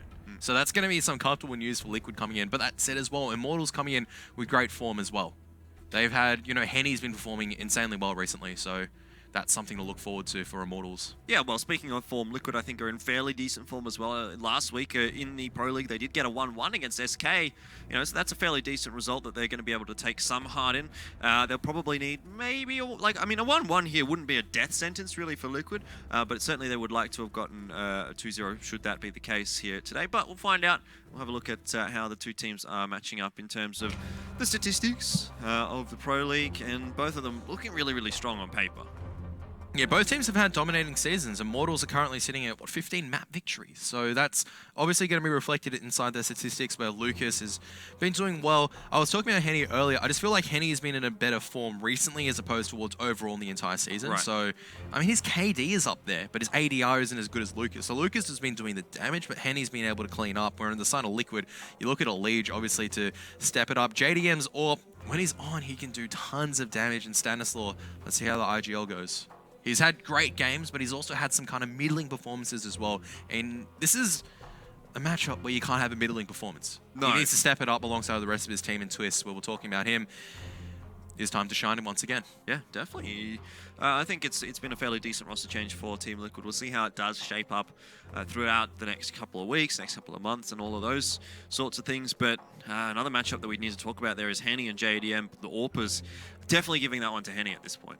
Yeah, Henny's just been in better form, more consistent. It looks like in the last week he's had a better time compared towards JDM. So still, any match is different. You can come in, you could be in completely cold form in one match and hot form or vice versa. So we can talk about trends, we can talk about previous performances, but right here and right now, you never know. Both AWPers could equally have an explosive performance. All right, yeah, I mean, it should be a pretty close matchup. I mean, it wouldn't be out of the realms of possibility, really, here for Team Liquid to come out with a 2-0. It is going to be difficult, and they are going to have to come up and show up on their day. I don't know if Immortals... Okay, let's have a look and see. Immortals, the only team that they've actually lost 2-0 to was SK. Everyone else, they've at least been able to get a 1-1 or 2-0 themselves. So, overall, I'm thinking Immortals here, highly unlikely that they are going to get 2-0, but it's still a possibility. Yeah, I mean, the 1-1s were also against Optic, who... at the beginning of the season, we're looking quite strong as well. A 1-1 against C9, which is also insane. And then a 1-1 against NRG, when NRG were in that period where they were playing really well. When we were talking, hey, NRG are looking pretty solid. And then they kind of faltered a little bit where, you know, Breezy, he looked a little bit hot for one match, and then suddenly he cooled down for the next one. And then Peter wasn't performing towards his previous expectations. So there was definitely some, you know, 1-1s where you could have argued, hey, it's not a bad result for Immortals. This is what you'd expect out of top teams versing against each other, equal performances. If it was a best of 3, the third map could have swung either way. Yeah, definitely a lot of things to watch out for in this matchup. For now, though, we are going to head to a quick break, just waiting for all the players to get ready in the server. We'll be back as soon as possible. I can't understand people watching somebody play a computer game.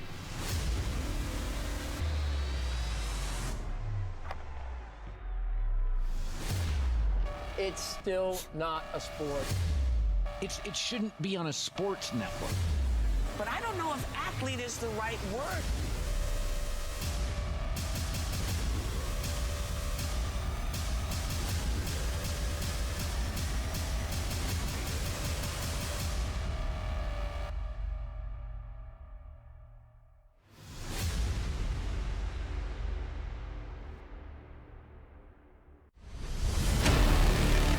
Nico wants another go at it though. Bolts is there, and another round to the slaughter. And Nico, what a round to come alive from this man. The game has changed. This is why FaZe wanted Nico.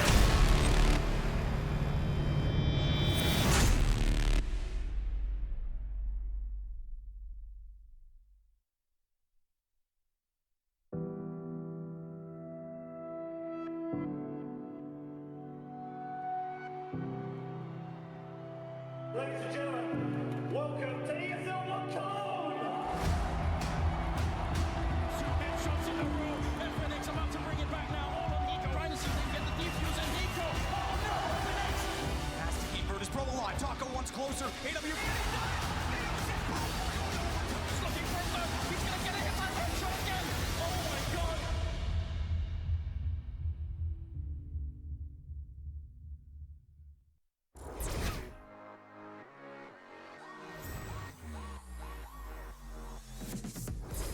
You like Nuke? No? Well, here's a common warehouse smoke for you anyway. The lineups for this are nice and easy. It's fairly common AWPers should play from this spot, and this smoke should push them away and force them to relocate. Position yourself over this corner and aim slightly above the metal fixture, and then toss the smoke. Easy. Now you removed one of the 45 different angles that CTs can kill you from.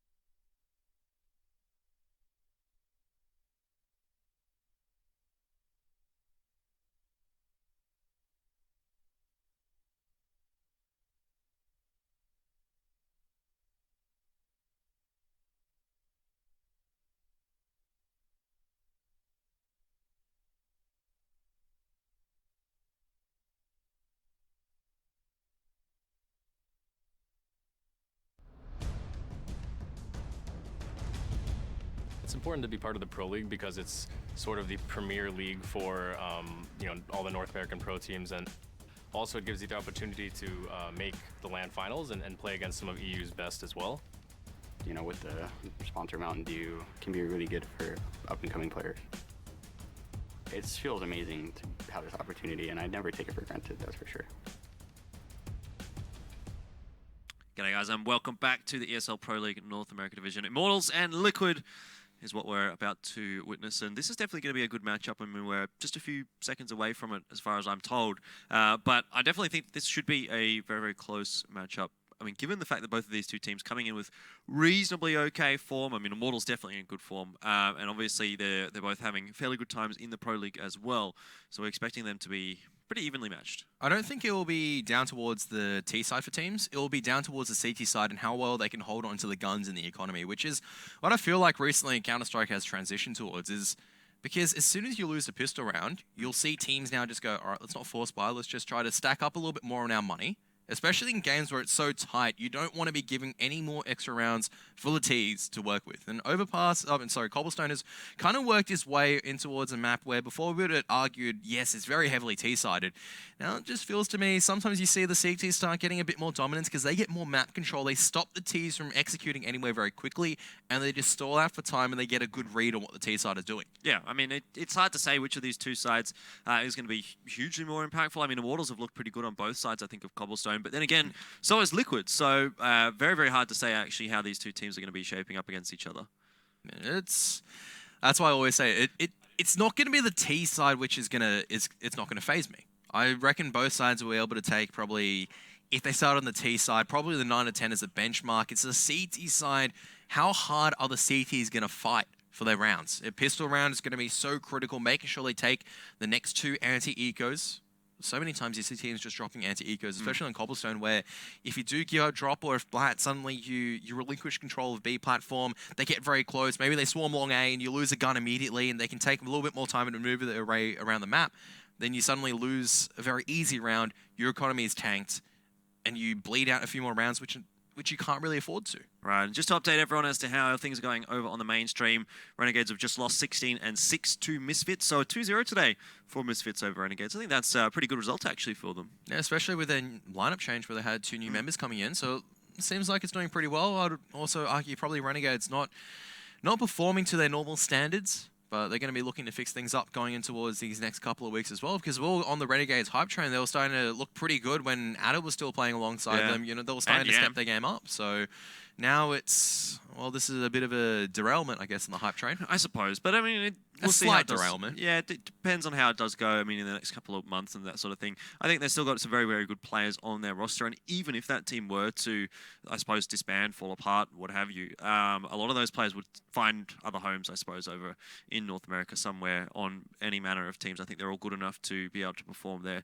But would like to see them stay together as a roster and see if they can perform well, because they're obviously coming to IEM Sydney in about a week or so. How their chances are going to fare at that one, I'm not looking so confident, I think, especially given that, you know, they're up against some of the best teams in the world. So I think that's going to be difficult for them. I mean, there's a few other teams that they maybe can beat here, but a lot of teams that they're going to really struggle against. I think it's a lot of just work in progress for Renegades at the moment. They have a new core, you know, they picked up, I think there's Nexia as well as Nifty. So it's still work in progress.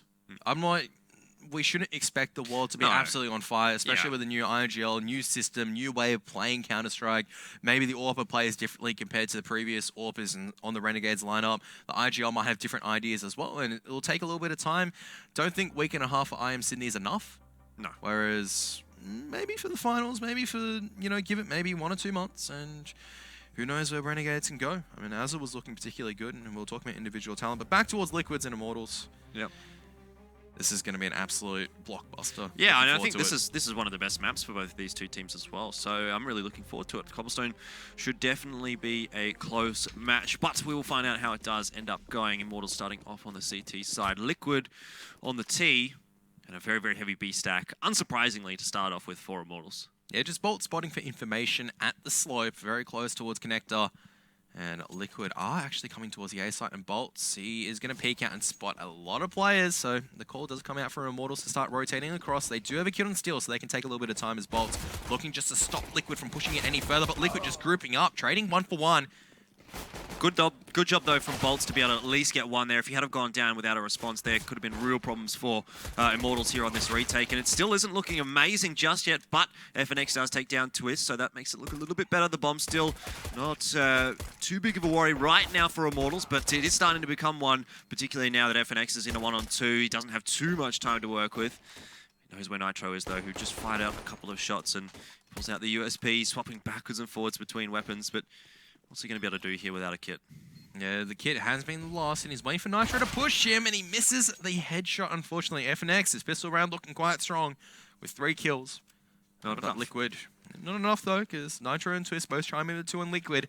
They're able to get not only the bomb plan, but the victory, so looking just to compound their, I guess, advantage forward, and Immortals actually very confident. 4 CZs as well as armor on 3 of them. Actually, FNX is also going to pick up a 5-7 as well. This is a very heavy investment round, which means that if Immortals can't do enough damage towards Liquid, it may just be a little bit of a waste. Could be. But they've got some fairly interesting, actually, positions here, because you can see there's 3 players pushed very, very far forward on the A-bomb site. Not even really on the A-bomb site. They're pushed down in towards mid. And the 2 players over on B, they're not even really holding B. They're more so holding drop room and connect in a sense. So these are not your typical CT positions. And could be something that might catch Liquid off guard. Especially with Liquid with mainly SMGs as well. It's not going to be effective against the body armor as much as an AK is going to be. So they still need to be cautious. Trying to suss out where Immortals may be stacking. You can see Liquid just trying to slowly gain map control. They don't want to be giving an easy advantage. They want to make Immortals earn their victory.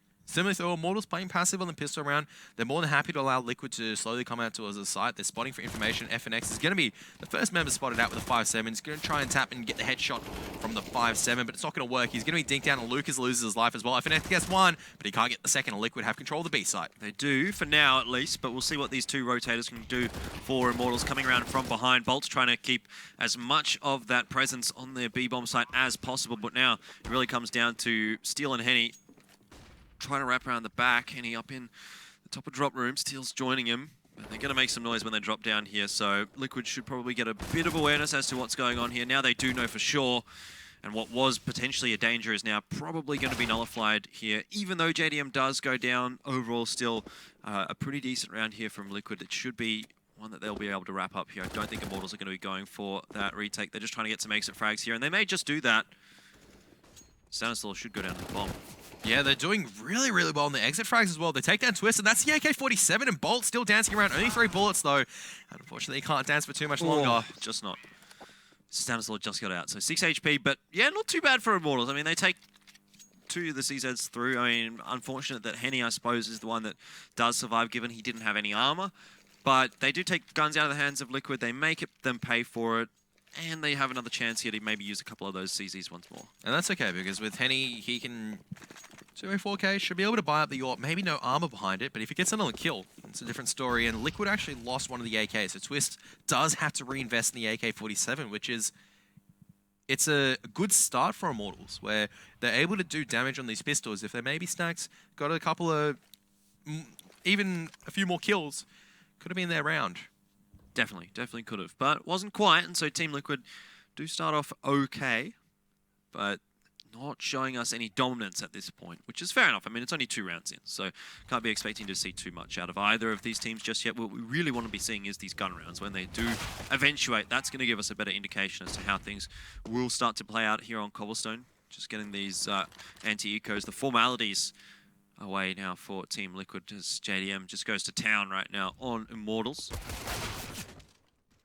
Looking like it's a very easy wrap-up on the side of Liquid. Just making sure they get the kills, 1, 2, and 3. And Bolt's going to be the last man left standing. He's going to try and find the headshot with the CZ, but he won't be able to. So now the first buy round, Immortals will be looking a little bit poor on the side of most of their members, which is going to signal lack of utility. And Henny actually has no armor whatsoever to back up the AWP, and Liquid can exploit this. They still got 3 SMGs on board. A lot of utility to work with as well compared to Immortals.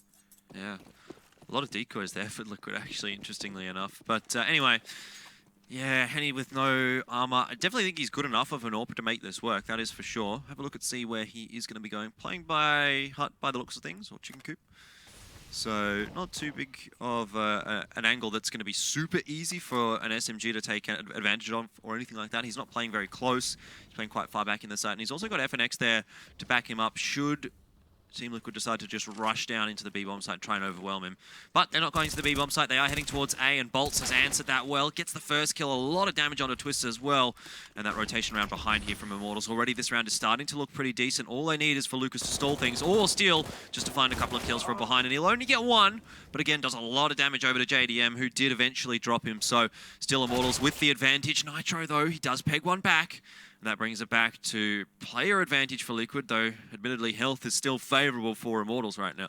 But look at this read from Liquid coming out. They realize that as soon as they shut down Henny, who had the AWP, he was most likely going to be the slowest rotator. No rifle supporting him. They know B site is open, so they just flood straight through connector on towards B site instead. But two low members, FNX and Lucas, they do need to start moving though, because there is no kit on either of their hands.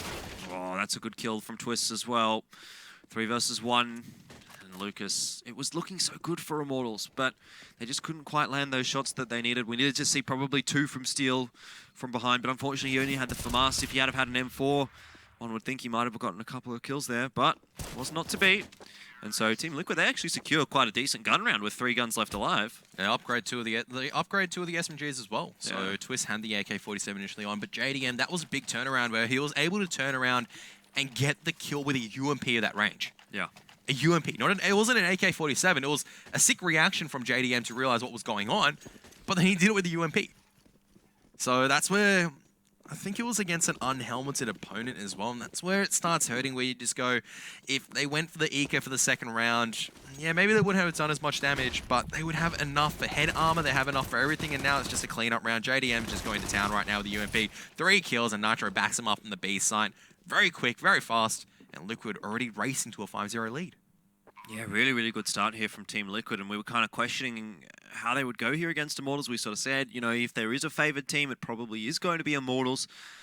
Cobblestone's been a good map for both of these two teams, though, and if Team Liquid can get off to an excellent start, which is what they kind of have done, they just need to be able to convert that into something now in the first half, and then take that momentum through to map number 2, then there's a fairly decent chance maybe that they can get a 2-0, but still very early days. I mean, we're only 5 rounds in now, or will be 5 rounds in after this one, so it's hard to make a real good sort of a read as to how this is going to go, but definitely the early signs are showing to be favourable for Team Liquid. Absolutely, and this is where earlier on I was talking about the economy game where Immortals, it's if you go on the force buy for the second round, you're kind of going on a weaker buy for the 4th round, and that leads to, well, by the time you finally get your economy in gear and have all the utility or most of the utility you want to work with, it's the 6th round. Liquid are up 5-0. The game isn't won on the T... Well, it is won on the T side a lot of the time where you're getting the rounds, but it's lost mainly on the CT side where you don't get enough rounds to play with. And that's where Immortals are starting to fall in a bit of a danger, because they've given Liquid, you know, that economy boost. Liquid have a lot of money to play with. They can try hammering Immortals for the next 2-3 rounds. Any single gun that Liquid take off Immortals now, it resets their loss bonus, it resets their economy, and they start forcing up weaker rifles like FAMASes. Yeah. And that's not good. Well, not a rifle, but you know what I mean. And yeah, Immortals, they're not in a great spot right now. So Team Liquid have a good opportunity just to grind the boot into Immortals. But they have to do that, right? They can't allow Immortals to come back in here. You know, if we see Immortals get 5 rounds in a row just to bring it back to 5-5, then you can basically forget about the first 5 rounds, really, for Team Liquid. All the momentum will be gone, and they try to go for something, but it doesn't work out for Immortals. Elige, too good watching that angle. A good start again here, Team Liquid. This could be 6-0. Admittedly, still early days in this round. But 4v5, it's an advantage, and Team Liquid will take it. Yeah, this is a danger because, well, no pun intended, because Elige did get the kill from danger, but as soon as you lose the long A control, they had to make a very risky play. And you see you can see Bolts at the moment, and FNX already rotated towards the A site, playing close towards long A. They don't know if Liquid are there or not. They don't know if Liquid are controlling the danger area. And so they kind of have to play the 2-on-2, and Stanislaw will actually fall, does not spot out Lucas, so we'll be able to hold off drop, and that Molotov's gone a little bit Ori, Henny under pressure, misses the shot towards Nitro. Oh, no. How does he get 2 kills on low HP? I'm not sure, but FNX now joining the party, does heavy damage towards a Leech. Won't be able to stop the plant though. JDM with the op too strong, and now it's all to Bolts, can't calibrate the spray. And, well, all Liquid are just doing is just dancing around. They'll be able to get the kill at the end of the day. And Liquid 6-0. Yeah, another really good round for Team Liquid. Look at the money that's starting to build up for them as well. Even if things do go a little bit pear-shaped, I suppose, for Team Liquid here, it's not going to matter too much because they do have such a great amount of money to work with. I mean, that's another 2-3 rounds really to buy with at least, plus whatever they get if they get bombs down, blah, blah, blah, how many kills, etc. I mean, it's a great situation right now for Team Liquid, and Immortals, once again, going to be back on an eco or just a pistol half-buy sort of thing. Not good for them. It could be 7-0 for Team Liquid here. Probably should be 7-0 for Team Liquid here as well. And that's really, you know, like what more can you really want to start off with? Immortals, though, just going to be playing passive. They don't want to be giving any easy opportunities, and Liquids identify this and realize, all right, let's just play it slow. Let's not give Immortals easy picks. They probably got armor, probably got pistols. By this stage, they're getting 3.4k for every single round that they lose. So they're able to at least invest a little bit. We'll just have to be careful, not give any guns away or territory. You can see Nitro going to be leading the charge. He knows that HE was thrown out from Ali, and he's already spotted out Lucas, so a little bit of slip from the defensive of Immortals means that Stanislaw, as well as Nitro, will be able to get the opening picks on the B side. But what a shot from Henny. He's also trying to find the head of JDM, but there's too much damage coming around from all directions. Yeah, Bolt's here with an opportunity, but won't be able to take advantage of it. Nitro dropping him, and Steel finds himself in a 1v4. Been a lot of 1vx situations so far today for Immortals, and they haven't really made any of them work. I don't suspect that Steel is going to be able to make this one work. At least he gets the kill on a Nitro, so causing some economic damage, but in the grand scheme of things, it's not going to be an issue at all. Slowly crawling towards the A side, and as soon as Steel gets picked off, there is no one on the A side defender, so Steel's going to throw one flashbang, but he still has no information whatsoever. Nitro just gets the first entry, bang, A side completely open, and Immortals now stuck on the retake. Have to get a few headshots, otherwise they might just call to back off. There is no way into the A-bomb site after Liquid have all their members on it, and that's it. Immortals have to save. Well, are they going to save here? Yes, by the looks of things they are. FNX is wrapped around the back, but he's not going to be able to get anything done there, short of exit frags, really. So another really good round for Team Liquid. I think Steel just gave away his position by throwing that flashbang. FNX does get one onto a Liege, but it's a consolation prize at this point here. Team Liquid, they're just powering along right now on Cobblestone. It feels as though we're watching the same sort of a matchup as we did last time on this map. A little bit different, though. In the sense... Yeah. In the sense, Liquid aren't just willy-nilly rushing. They're giving Immortals a lot of respect right now. You can see Stanislaw just walking, hunting. He doesn't want to be giving an easy kill storming in. Even still, though, will fall towards FNX. Does not check the tight line, and FNX does get 2 kills, but the kills after the bomb's been planted, and a pause does come through. Immortals need to just have a bit of a chat amongst themselves, most likely, as a tactical pause to see what's going wrong for them. Yeah, it's definitely time for a tactical pause right now. Immortals, this is a map that they're currently 6-1 on in Pro League. The only team that they've lost to is SK. I mean, they've been Optic, they've been Windfox and Rush, which is not too much to talk about, but like, they have some wins on this map, you know, so they need to be doing a little bit better than what they are doing right now. Team Liquid, on the other hand, doing everything right. They're doing everything right, and they've got wins over NRG, Optic, Renegades on Cobblestone, so they've got some pretty good results on this map. But apparently it's a tech pause for Immortals, so maybe there's some sort of other issues that's going on that's maybe preventing them from playing to their fullest extent.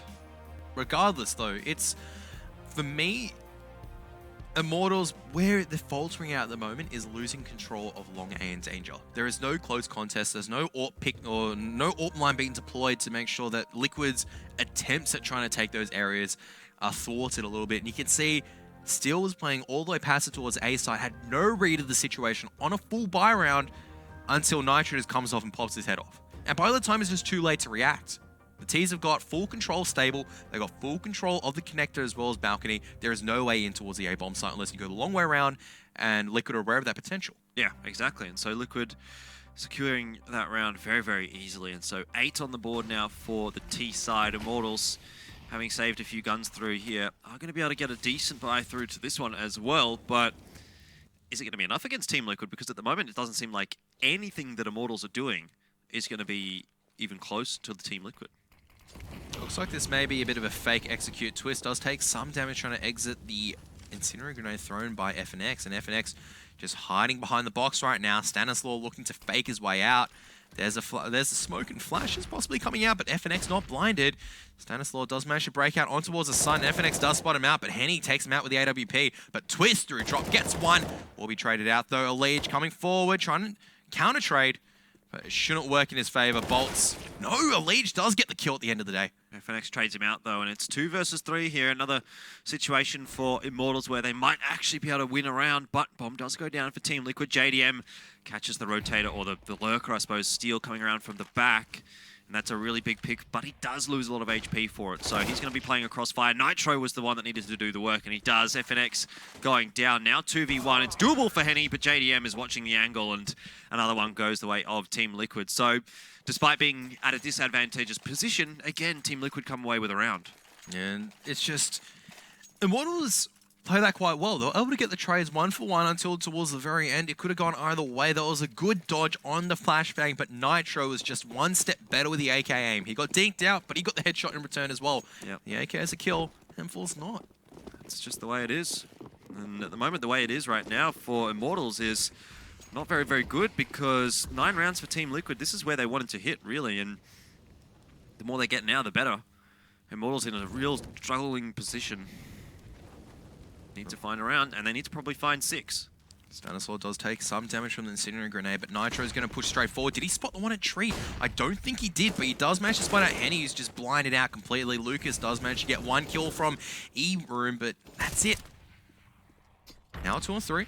Bolts catches that grenade, but he's pushing forward still, looking to get progressive. He will take down Stanislaw. There's no train until Twist eventually catches on to the fact that Steel trying to come through. Drop Room has been spotted out. Tagged down to 11. I don't think he's got any chance whatsoever. Not a chance at all. JDM with the AWP taking him out. And 10 rounds now for Team Liquid. Immortals, I mean, what's going on for them today? This is a team that beat Optic 16-6 on Cobblestone, Cloud9 16-8.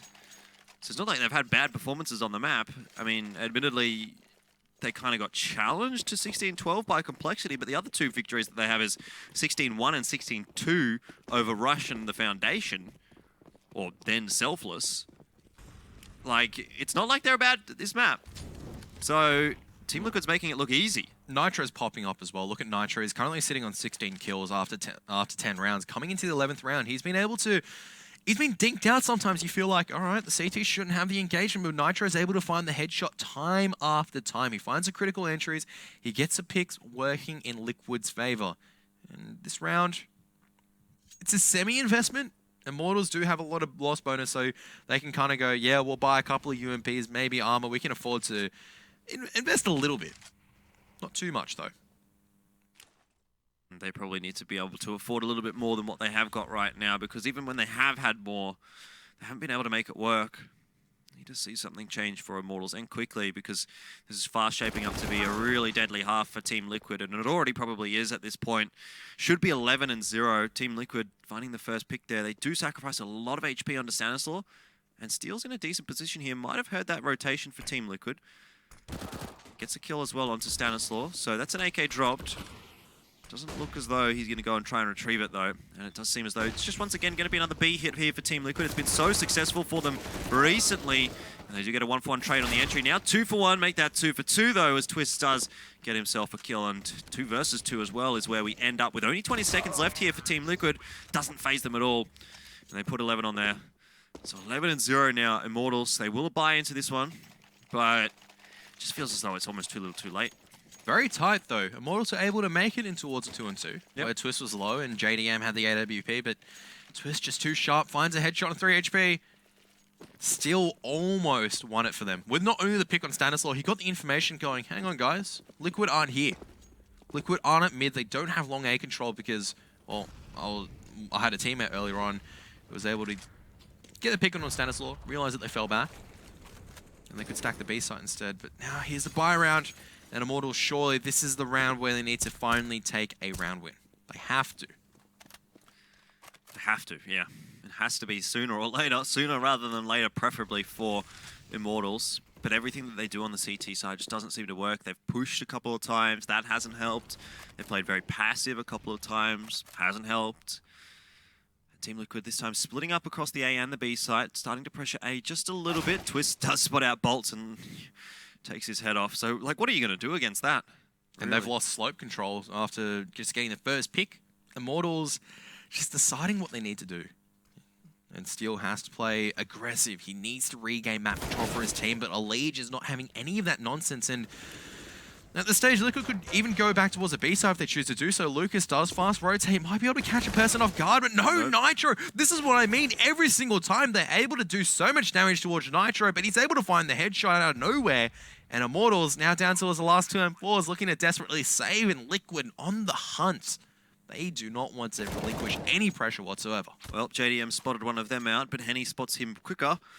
So the headshot doesn't go the way of Immortals, but realistically, even if they can save these 2 guns, how much is it going to help them? They'll be at a 12-0 deficit. And again, Team Liquid, they take so many guns through. I suppose if they lose a few to the hunt, then maybe not. But their economic situation is so good. Immortals is not great. Their round situation is so good. Just Team Liquid stepping up here at the moment. Yeah, they're just making it look too easy right now. Just every single member getting the individual picks working in their favor. And Immortals, I was saying, Cobblestone is not a game you should lose in your T side. It's really how poorly or well you do in your CT side, and that's what's happening right now. There's not much resistance on the A bomb side. Yeah, not much. 17 kills for Nitro, definitely having a good night. So Immortals have got another buy through here, but is it going to help? Team Liquid once again just going for the 5 rifles and the AWP. It's been working for them, so why change it? Well, he's actually staying with the M4 as well, so that's just confidence if you ever see it. He knows that the CT is of armor, and he goes, yeah, I can take him in the aim deal. I can win it. Quickly out to the B site this time from Team Liquid, or at least up onto platform. They have not pushed directly into the B site just yet, but Nitro looking for the entries and won't get it. FNX gets the kill. Still, that allows Liquid out onto the side. Elige gets 1. Still favorable right now for Immortals, but as I say that, the trade's starting to come back the way of Team Liquid. 2 versus 3 now, and Immortals, it's going to be tough here because they're both coming in from different directions. There's not really a possibility for the trades. They will need to win their aim duels, and that's not something that Immortals have been able to do so very well today. They do manage to get a few one-on-ones working in the favor, just like that one. Does ball back down towards a 2-on-2, and the bomb has not gone down. Liquid trying to regain control so far, and Elige loses his life to Steel, who's doing work right now. Now it's all the JDM on a 1-on-2. Bomb still not planted as well. Did he just spot out Bolts? I think he might have. I think he suspects that there's one behind Rock, and he's just trapped between 2 lines, and that is a critical round going in the favor of Immortals. Liquid semi-won't drop the ball for that one. They don't get the bomb plant down. They allow a few one-on-ones to go towards the favor of Immortals. Well done by Steel, though. Able to get those 2 UMP picks off. Exactly, but it's only 1 round for Immortals here. 1 round is not enough. 3 rounds is probably not enough. Team Liquid here still have a great first half built up. They can make it even better if they make it to 14, 13. And they have enough money to buy out the half as well. So the pressure doesn't stop for Immortals despite winning that 1 round. In fact, it may even get a little bit greater because now there is that weight upon their shoulders that they know they've been able to do it once. Can they do it again? Henny gets a 1-for-1 trade. FNX doing well, though, from the drop room, getting a couple. Twist does one better. Well, down towards a 1-on-2. Feels like we're just here in the last round, and these Molotov, as well as HE grenade, should do a lot of damage towards JDM. He's actually down towards 1 HP, and makes Bolt's life very easy. Immortals pick up 2nd round. All right, so last round of the half coming out here. Immortals have tried their best to stabilize, but I don't know how stabilized you can make a claim to be at 3-12. Liquid, of course, going to buy into it. It's better than 15-0. I will give you that. But 3-12, I mean, I don't know if it's going to be enough here for Immortals. If they can even get 3-12, it could still be 13-2. They have the economy to put themselves in a position to go 3 and into 3-12, and still watching the correct line. He spotted 1 smoke, but he misses a shot on towards Twist. There is a rifle support close. Bolts does well to go for 1-for-1. but Liquid get the picks. But there's an early rotation coming out from Immortals, so they still have A-side control. Completely different scenario this time. And FNX already on the site, ready to get a few headshots. There's one on towards Twist, and he's spamming through the stable wall. He's got support coming forward now. And this should be 3-12 towards Immortals. They've got good control of the site. As another headshot goes towards FNX. Now it's all towards JDM, and he hasn't won any of the previous clutches. Makes me think that he's going to lose this one as well. Yeah, 1v3, a bit of a tough ask for him, but he does have a minute to play with. Unfortunately, again, does not have control of the bomb, and that's been the thing that's been partly a problem for him in all of these clutches. He gets the first kill, but not going to be able to get the second there. So Immortals, they look a lot better in those final 3 rounds, at least starting to hit their shots. But only 3 rounds on the CT side of Cobblestone, you'd be hoping for a lot more. It's... Yeah, obviously you're hoping for a lot more, but it's definitely serviceable, better than 15-0, and now they're starting to get a little bit of confidence back. If they are able to transition it towards their T side, and they're able to make Liquid feel the hurt they felt on the CT side, a completely different story. If they're able to get the entries in. Because what felt to me what went wrong for Immortals is that they lost control early on, where they didn't get their economy game forward, and as soon as that happened, they realized how many rounds they were behind, tried forcing up, which you have to do in that situation. You have to force up, and by the time they did get the rounds, it was kind of a little bit too late, where they're just going, yeah, we're feeling it now, but at what cost have we felt it at? It's not over for them. I can point out a match that happened today. It was 12-3 towards Misfits over Renegades. It was 15-4. They were able to win 11 rounds in a row to bring it overtime. Granted, they did lose the game afterwards, but they were still able to bring it back into overtime. It is not over for Immortals yet. They can bring a sick T side, and they can make Liquid just completely drop. And they can maybe force it to overtime, maybe even take the map victory. They'll have to hope that they can get the pistol round, though, because if that one does go the way of Liquid, then I'm calling all said and done. But we'll see. I'll wait. Won't count my chickens before they hatch here for Team Liquid, and I certainly hope they won't, because even though they have got a good start, doesn't necessarily mean that they are going to come away with the victory on this map. FNX was starting to step up there. He was looking pretty decent. Henny hitting a couple of shots with the AWP, maybe gets the blood flowing just a little bit here into the second half, and maybe that's going to be enough here for Immortals. But then again, I mean, it's a very, very scary prospect, particularly given how good Liquid has looked on Cobblestone in the past. I mean, they've got some pretty big scalps on that one. So it's not an easy task, that's for sure, for Immortals, and they are going to have to start, and they're going to have to come out into the second half here with a lot of good performances, individually speaking, and obviously as a team. Yeah, they don't have enough rounds to play with as well, which is just the hard part. I was saying that the ball mark figure should have probably been about 10 rounds for either side. If Immortals had 5 CT rounds to play with, I'd say that, you know, they can at least have a little bit of luxury playing around, but with barely any CT rounds to play with, they only have 3. They drop the pistol, it forces them into a scenario where they have to go, all right, we have to force up. If it was like a 10-5 scenario, you can imagine, all right, we've lost a pistol, that's okay, we'll just eco this one, we'll play for our full buy when it comes 13-5, maybe get the bomb plant down, buy a few basic pistols, but there's still at least 3 rounds to work with. If they lose pistol in this one, and if they don't have the luxury of going for anti-ecos, they don't have the luxury of going on ecos, they just have to force up and go, all right, pistols it is, armor, just try our best. I suppose it's at least good that they're going over onto the T side as opposed to the CT side there. When they can force up, or if they force up, it's maybe going to be a little bit more effective. Tech 9 armor, I tend to think is a little bit better than CZ or 5-7 armor for the CTs. And you can kind of have that rolling death ball into one of the bomb sites. If you overwhelm the site, pick up some guns, try and hold off the retake. It's a possibility here for them, but obviously it's not going to be hugely easy. Best case scenario is that they win that pistol, and then they can get the ball rolling from there, try and break the economy early on from Liquid, and keep them in those economic sort of poor economic sort of situations. And if they can do that, that's exactly what Liquid did to Immortals. But is it going to be enough, because they need to do it for the whole half? And really, they can't afford to let it slip at all, which is kind of what Liquid did towards the end there.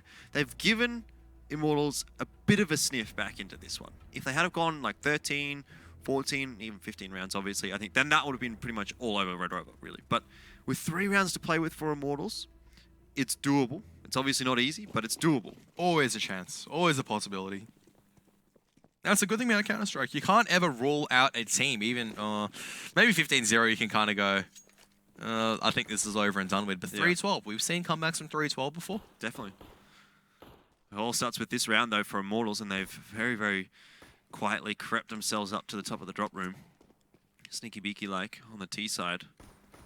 Liquid have actually stacked the B side so far, but with no information gathered from either side, it means that Liege will be rotating back towards A to just give Stanislaw a bit of assistance to make sure there is no one going towards A.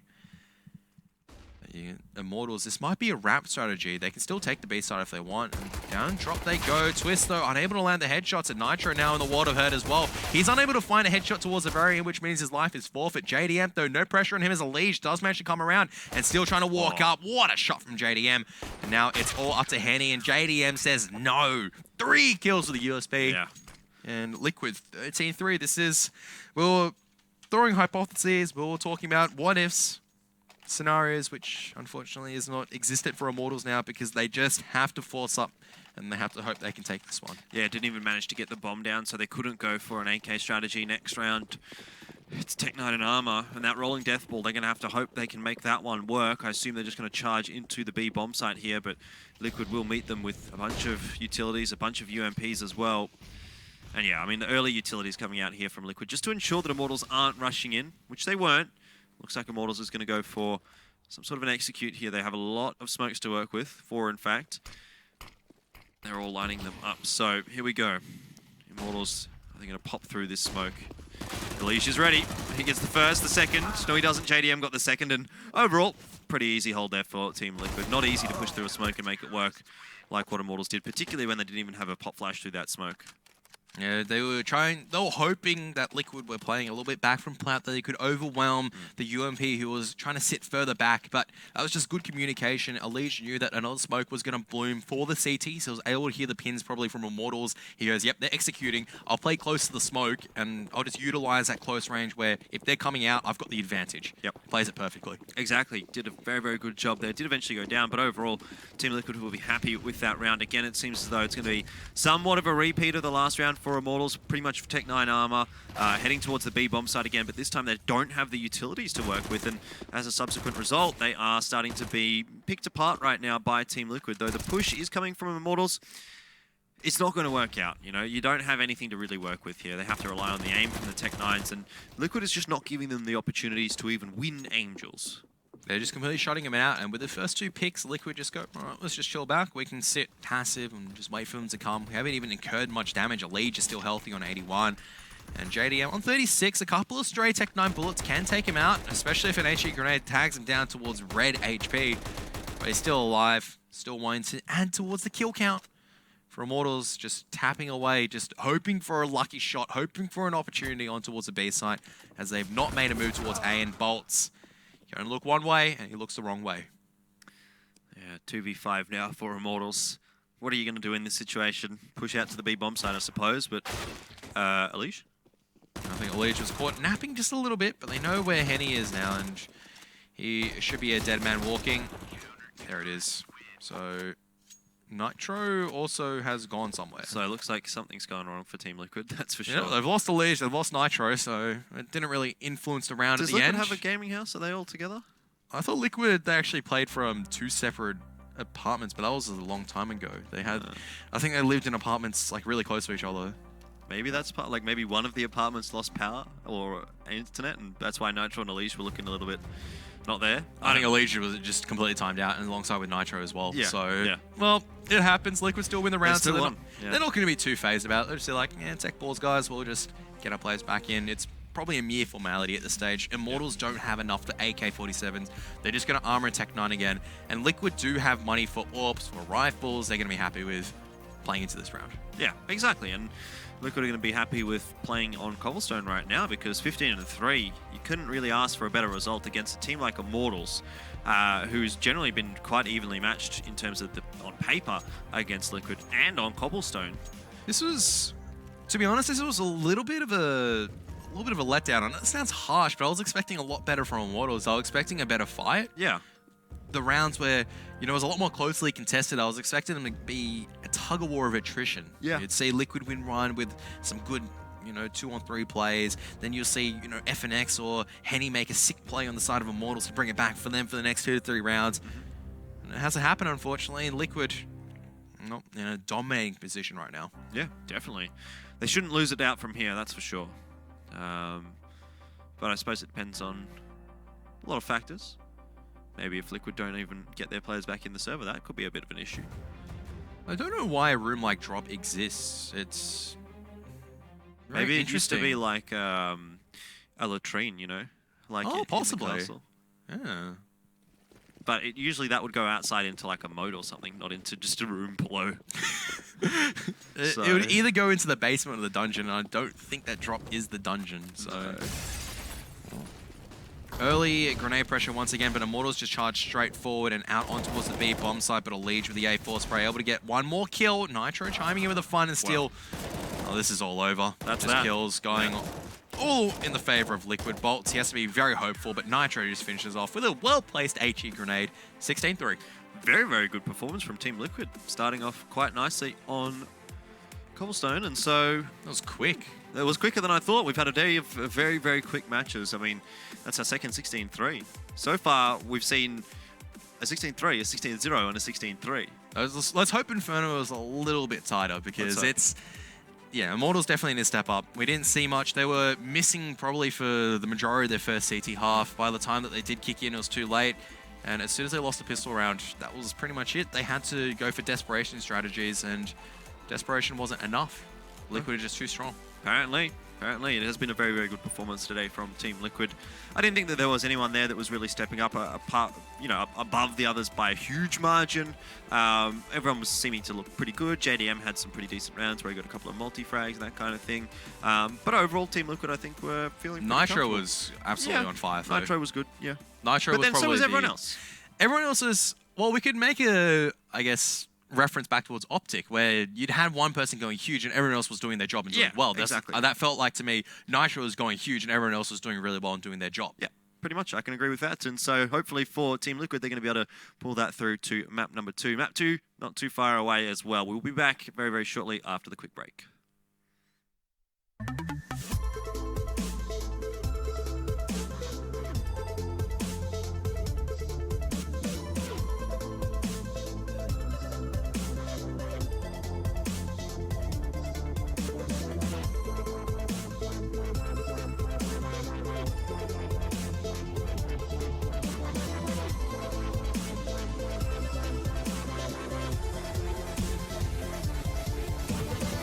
Get your team apparel now at shop.eslgaming.com.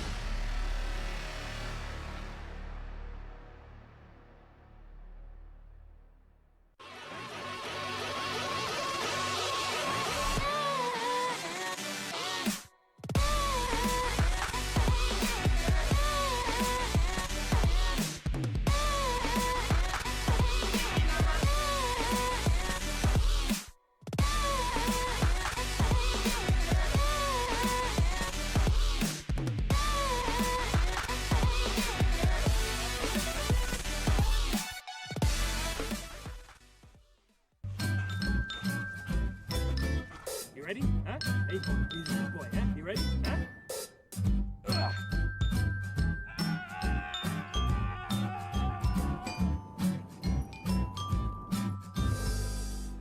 Start your esports career now at play.eslgaming.com.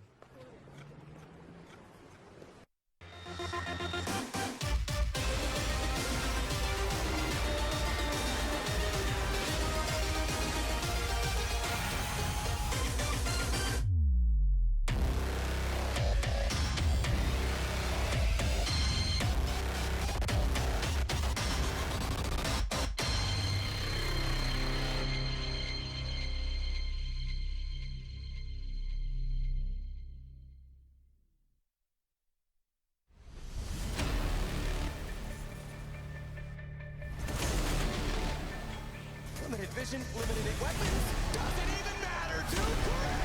All the fourth as well.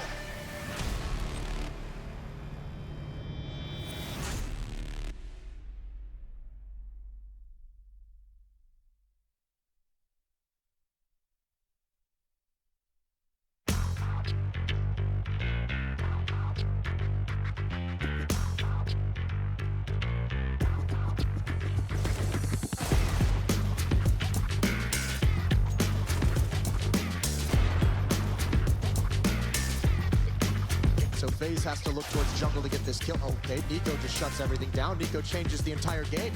And there it is, Rain. The shot rings true. Nico wants another go at it though. Bolts is there. And another land to the slaughter. And Nico! What a round to come alive from this band.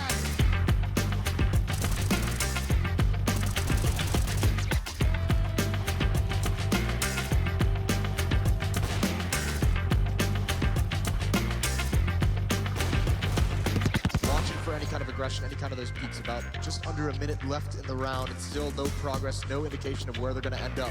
2 players probing into the B bomb site. They're getting brought into Nico's Deagle, and that's exactly Karrigan's plan. Just a little bit of a presence. Everyone from Immortal says no more B bomb site this round.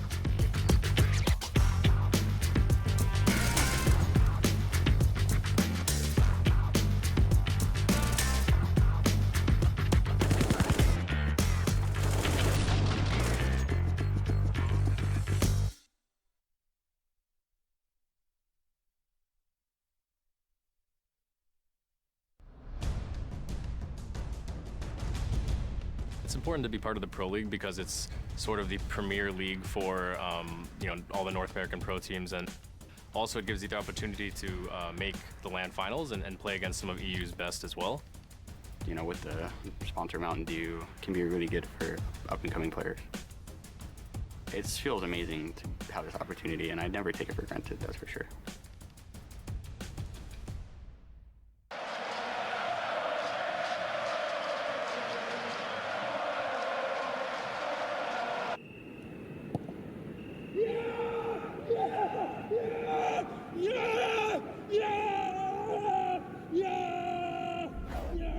Start your esports career now at play.eslgaming.com.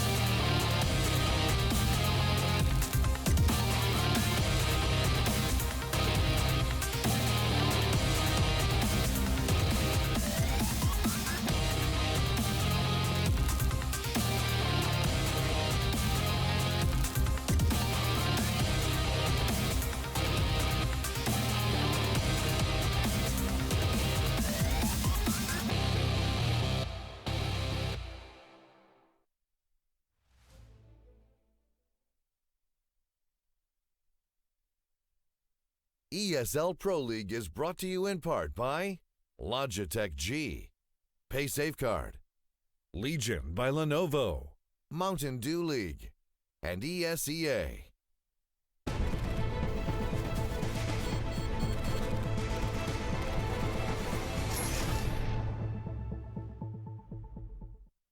Hello, welcome back to the ESL Pro League North America Division, where we are currently halfway between Immortals and Liquid. And Liquid have started off very, very well there on Cobblestone. 16-3, the victory for them on a map that both these two teams have looked fairly good on recently. Yeah, I mean, Liquid showed up, Immortals didn't, and that's what it felt like towards me. There was only a couple of rounds where Immortals actually composed themselves and tried to fight back. Otherwise, it just felt like, you know, they were in the server, but they weren't really in it, if that makes any sense. Yeah. Their body was there, the spirit wasn't there. Yeah, I mean, they just weren't really hitting their shots, I don't think. I mean, FNX, hey, he had some moments towards the end of the first half, but apart from that, I mean, I don't think really anyone from Immortals did seem all that impressive. Moving over onto Inferno, which is going to be our map number 2. Another map that Immortals have, you know, played a little bit. Liquid have also played a little bit. Certainly not been one of their most played maps like what Cobblestone has been, and both of them have got some decent results on it, but nothing too amazing. So should be a interesting map to see how this one does go. If Liquid can pull through with that momentum, then definitely something can be said for that from map number 1 to map number 2, but we will see whether or not that is going to be the case. And over on the mainstream, 16-6 for Train for Luminosity. This is why I don't say it's 99% for Cloud9. That's why I say 70%. I said 75%. There was a reason why. Yeah. But Luminosity, well played by them to get the first victory over Cloud9. Looking to also build it on Inferno as well. So Inferno, new old map, you could say that. Yep. It's... The playing style just feels like it's transitioned very drastically, where you see a lot of the time the T side are able to take advantages now. So I wouldn't be surprised. Before, if it was a team that picked Inferno, they had to start the T side, always said, look, the CT side have the advantage. I still believe the CT side does have a slight advantage, but it's more in the sense that, all right, it's easier. It's still easy choke points to hold, but if you lose control, it becomes so heavily T-side, it's going to boil down towards how well the A-side defense goes, as well as, I guess, one critical person on the B-side. If you have just one good person on the B-side who's able to just completely shut down and push by himself, it's all over for the Ts. Yeah. There is no way in for them to the B-side. But if they can crack open the A-side time and time again, then that's where the story for the CT starts, I guess, breaking down. All right, well, we're going to find out how it is going to break down here on Inferno as well. Now, definitely Liquid is coming in with the momentum, with the form off that map number 1, but Immortals, they could show us something here in map number 2. So they've started off okay. Lucas and Henny finding a killer piece. That's a great start for Immortals. Yeah, but Stanislaus actually pushed down as well, but Immortals doing well just to clear lines left, right, and center. But Twist, one tap on towards Steel. And Nitro, they push forward. Bolter is not checked behind him. Stanislaus run out of... Oh my goodness, he's run out of ammunition. And Nitro now in a terrible situation means that FNX will punish him for that. And now it's off to Twist on a 1-on-4, and he's not landing these headshots. Doesn't manage to land it eventually in towards Henny, but it's too late at the stage because Immortals have the numbers advantage and they have more bullets. Yeah, much better start here for Immortals than what we've seen from them on Cobblestone. But is it going to be just that? Is it going to be only just a good start? Or are they going to be able to consolidate this and convert it into a bit of a better first half? Certainly they should be able to get a round or two here off the back of the pistol. But Team Liquid have decided that they will force buy into it. Pistols and armor coming out. And just the single AK for Immortals. So they want to keep Lucas in the bank, so, you know, see if he can get something done later on in the round. But the UMP is definitely going to be useful here. A couple of players for Team Liquid, no armor. Well, no head armor, Stanislaus. I thought Nitro didn't have any head armor, but now that I check, he actually does. So, Team Liquid, they seem to have decided they want to stack over to the B bomb site. Immortals still spread out, haven't really committed to anything just yet.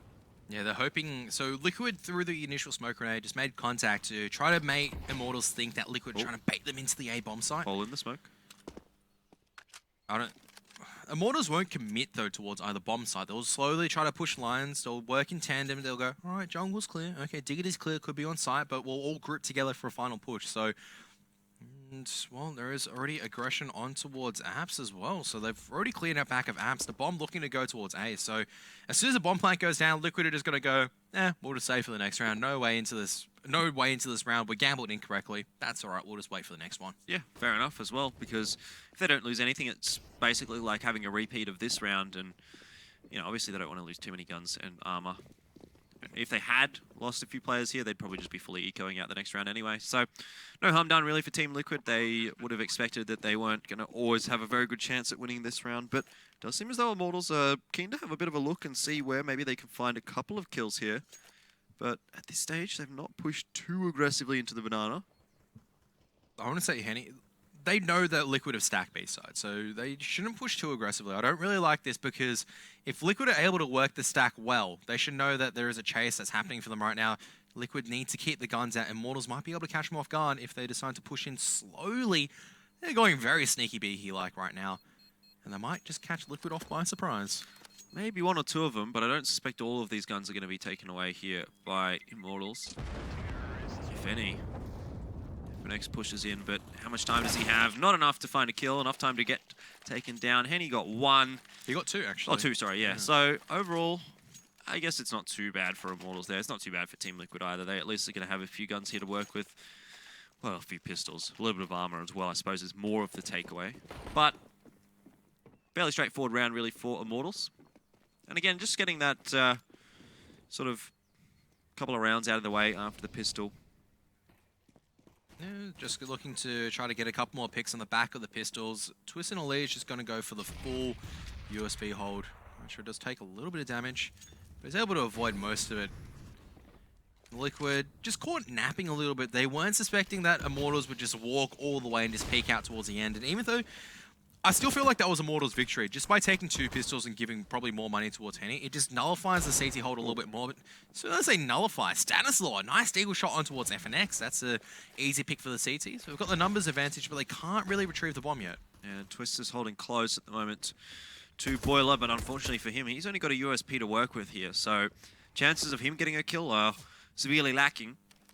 Admittedly, there's a couple of other players on his team that may have a bit of a better chance, and Stanislaw is one of those, being that he has the deagle and armor, and that's his second kill of the round. So he's making Immortals work for this round, that is for sure. And this is where it starts becoming a little bit scary for Immortals because they don't have any map control behind this, and just with his shoulder peeking that's coming out of Liquid, Stanislaw, a third deagle headshot on towards Bolts. He is just single-handedly tearing Immortals apart, and Liquid just need to hold on towards the A site right now. They have a nice bait and switch strategy. It's not even needed though, because JDM just peeks his head up. They have spotted out Lucas. They know exactly where he is, and this has gone terribly wrong. Oh my goodness, this has gone terribly wrong for Immortals. Just picked apart by Stanislaw. Huge play coming out from the Desert Eagle. And I take back my words. Yeah, so Team Liquid are going to be able to pick up a couple of guns there. I don't think they got 3 in the end, but overall they'll be happy with just getting the round, just upgrading a couple of those ones. I think an AK and a UMP went into their hands, so looks like we've kept the UMP as well for JDM, which is fair enough here. Team Liquid have got quite a good buy. I mean, Immortals, it's not terrible, but it is, you know, just a Galil and a UMP there. It's not amazing. A quick push into Banana from Team Liquid is shut down by Bolts. Yeah, needed a few more grenades backing it up. Maybe the smoke grenade to bloom before JDM decided to push out. There is spray coming through from Twist. He's doing some more damage, but still pushing up. He might be able to catch him off guard because Twist is going to be caught off guard, even though Steel is completely blinded out. Will be able to get the kill on the A site. Is partially lost for Liquid. There's only one member that's close, and that's Stanislaw, the hero of the previous round. Alege looking to try to get aggressive through the smoke. If he catches Bolts off guard, this may be it. There's aggressive smoke grenade being used. Alege does pop a flashbang through, but he's not pushing forward yet. Bolts is aware of this potential, and what a shot in towards Alege as well. Means that Immortals now are 4-2. Looking to strike back immediately after dropping a soft pistol round. 4 versus 2 here. Immortals should be pretty easy from here on out. The B site completely open, though they're not quite aware of that just yet. Slowly peeking it, and eventually they will figure things out. And here we go. Made their way into the B site. Stanislaw and Nitro. Now, what's the option for them here? Just probably save it, I imagine. But they are both heading up the Banana, and Steeler's watching the angle. Yeah, he spotted out one, but he won't be able to get the kill. Stanislaw just a little bit too sharp. They don't know FNX has managed to swindle his way towards sandbags, and FNX gets one. Can't get the second. Nitro gets another headshot, and now it's down towards a 1-on-2. Has a molly and flashbang to work with, but his position is now known. They're going to just lock him out of this. There's Bolts watching the line, and he'll be able to clean up what Lucas started. And Immortals do strike back. And they also drop Liquid's economy down. Only 2 members with any money whatsoever, and they're still forcing. Risky play coming out from Liquid, but if it works out, they could potentially bring it back. Yeah, but in saying that, I mean, It's not a great buy. They're going to really be hoping that JDM will be able to open something up with the AWP. I suppose Nitro as well may be able to make something happen with that M4, but realistically speaking, Immortals should be able to take this round, and if they do, already they're off to quite a decent start here, 3-1. They can turn it into 4-1, probably put Liquid back onto an eco, and then, you know, that's where things start to become a bit of a problem here for the CTs. So, Team Liquid, despite starting off so well on Cobblestone, now here on Inferno, they are having some struggles. And that's, when we talk about Inferno being CT-sided, it's all great until you lose a couple of few easy picks, and Nitro, it's uncharacteristic miss coming out from him. Normally you'd see him get the kill and just fall away, but Liquid unable to get the pick, and this means Immortals can be a little bit more confident in taking aggressive Nana control. There's not much utility. In fact, there is no utility for Liquid to work with. Immortals should be able to identify with this fact. Immortals are only 2 smoke grenades to work with as well, and that's probably one of the smoke grenades gone. So they need to be very, very wise on where they use this last smoke grenade coming in towards the last 45 seconds of the round. It's still 5-5. And I suppose at that point, this starts to favor Team Liquid, because late on in the round, that's where mistakes might start to happen here for Immortals. If they have to quickly enter a bomb site, you know, you don't check all the angles or something like that. You may be being a little bit too quick in there. And that's where these pistols can start to make an impact, especially once you get into close range on the bomb sites. And Twist has an opportunity there, not quite going to be able to get one Elige as well. Lots of shots fired from him, but not too many connecting. And now Stanislaw goes down as well. So that's probably the round going to be wrapped up here by Immortals, but at least the 2 guns are still alive here for Team Liquid. There's an opportunity maybe that JDM can come up with something big. Won't be a possibility now, though, that he has been taken out. And so Nitro just forced to back off here and try and save. But Immortals, they left that one very, very late. But they did leave it late, but they stacked up their numbers in the correct position where they go, all right, they had the chance towards that diggity side, and we're going to put 3 towards Apps. So even if there is a stack, the pistol, we've cleared out the close angles. The pistols are not going to be as efficient, and we can play the long distances. So this is the Immortals we're expecting to see on Cobblestone. It's just on the CT side, they didn't really show up, and now on the T side, you can identify how much damage they can actually do. Liquid have not been able to fire up some easy kills, not going in their favor. Outside of a sick play coming from Stanislaw, Nitro, he's called down. Twist, currently 2 kills and 5 deaths, so it's not looking particularly good for them, especially as they had to go for another eco. Yeah, this is becoming a little bit worrisome here for Team Liquid. Again, Nitro, he has that pressure on his shoulders, being that he's one of the players with the guns, and wasn't able to do it really last round, where Team Liquid had a much better chance than what they do this round. But it's still a possibility if he can maybe make something happen here with this M4. He's kind of holding a bit of an off angle. You know, you're not going to expect to see a TT there all the time. That's a good start for Immortals. Stanislaw, a little unfortunate for him to go down like that, but it is what it is, and now Nitro's been spotted out, and he's going to go down. So, Immortals doing a good job of just securing this anti-eco. Yeah, they're just more than confident. They just go, all right, let's just push in, just get a couple of easy picks, and Immortals don't really care where they want to go. JDM and Twist just having a bit of a bonding session right now, just chilling out in U-Box, but as soon as the pick goes on towards Bolts, Bolts has not checked it, but he's been tapped out once. He probably spots the 2 CTs. No, only spots 1. Twist playing the long game, playing the long con. As Immortals, they will come towards B site. Still, Twist has to plot something absolutely ridiculous to be able to clutch this out. They're just clearing the line slowly. They'll still check new box just probably to make sure.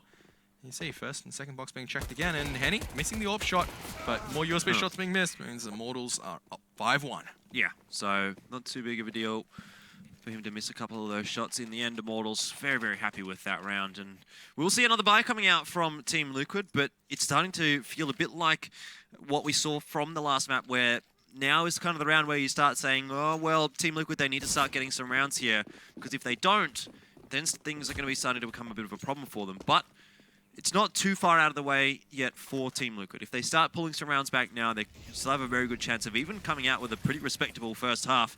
However, they cannot let too much go now by the wayside here. Immortals are going to take advantage of it. They definitely want to get that 1-1. And, well, Liquid, at this point, they're not shaping up to get the 2-0 that they would have wanted at the start. Still early days, though. If Liquid are able to string together a few good rounds, take a few more victories and damage Immortals' economies where they had to try to give away a few more pistol rounds, it can still equalize itself to be a relatively equal CT side, as Lucas just making a bit of a nuisance of himself, just making a lot of noise in the boiler position. just to throw off Liquid. Don't want Liquid to be rotating yet. No AWP on the side of Liquid this time around. Not enough money to really back it up. But JDM's been okay with the rifle so far. Still early days to see where Immortals are going, though. They're just slowly chiming in, just taking map control.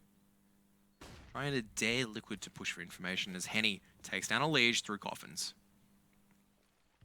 Liquid start in the round for Immortals. That's not what you want to be seeing here if you're Team Liquid. Again and again, they're losing that first pick.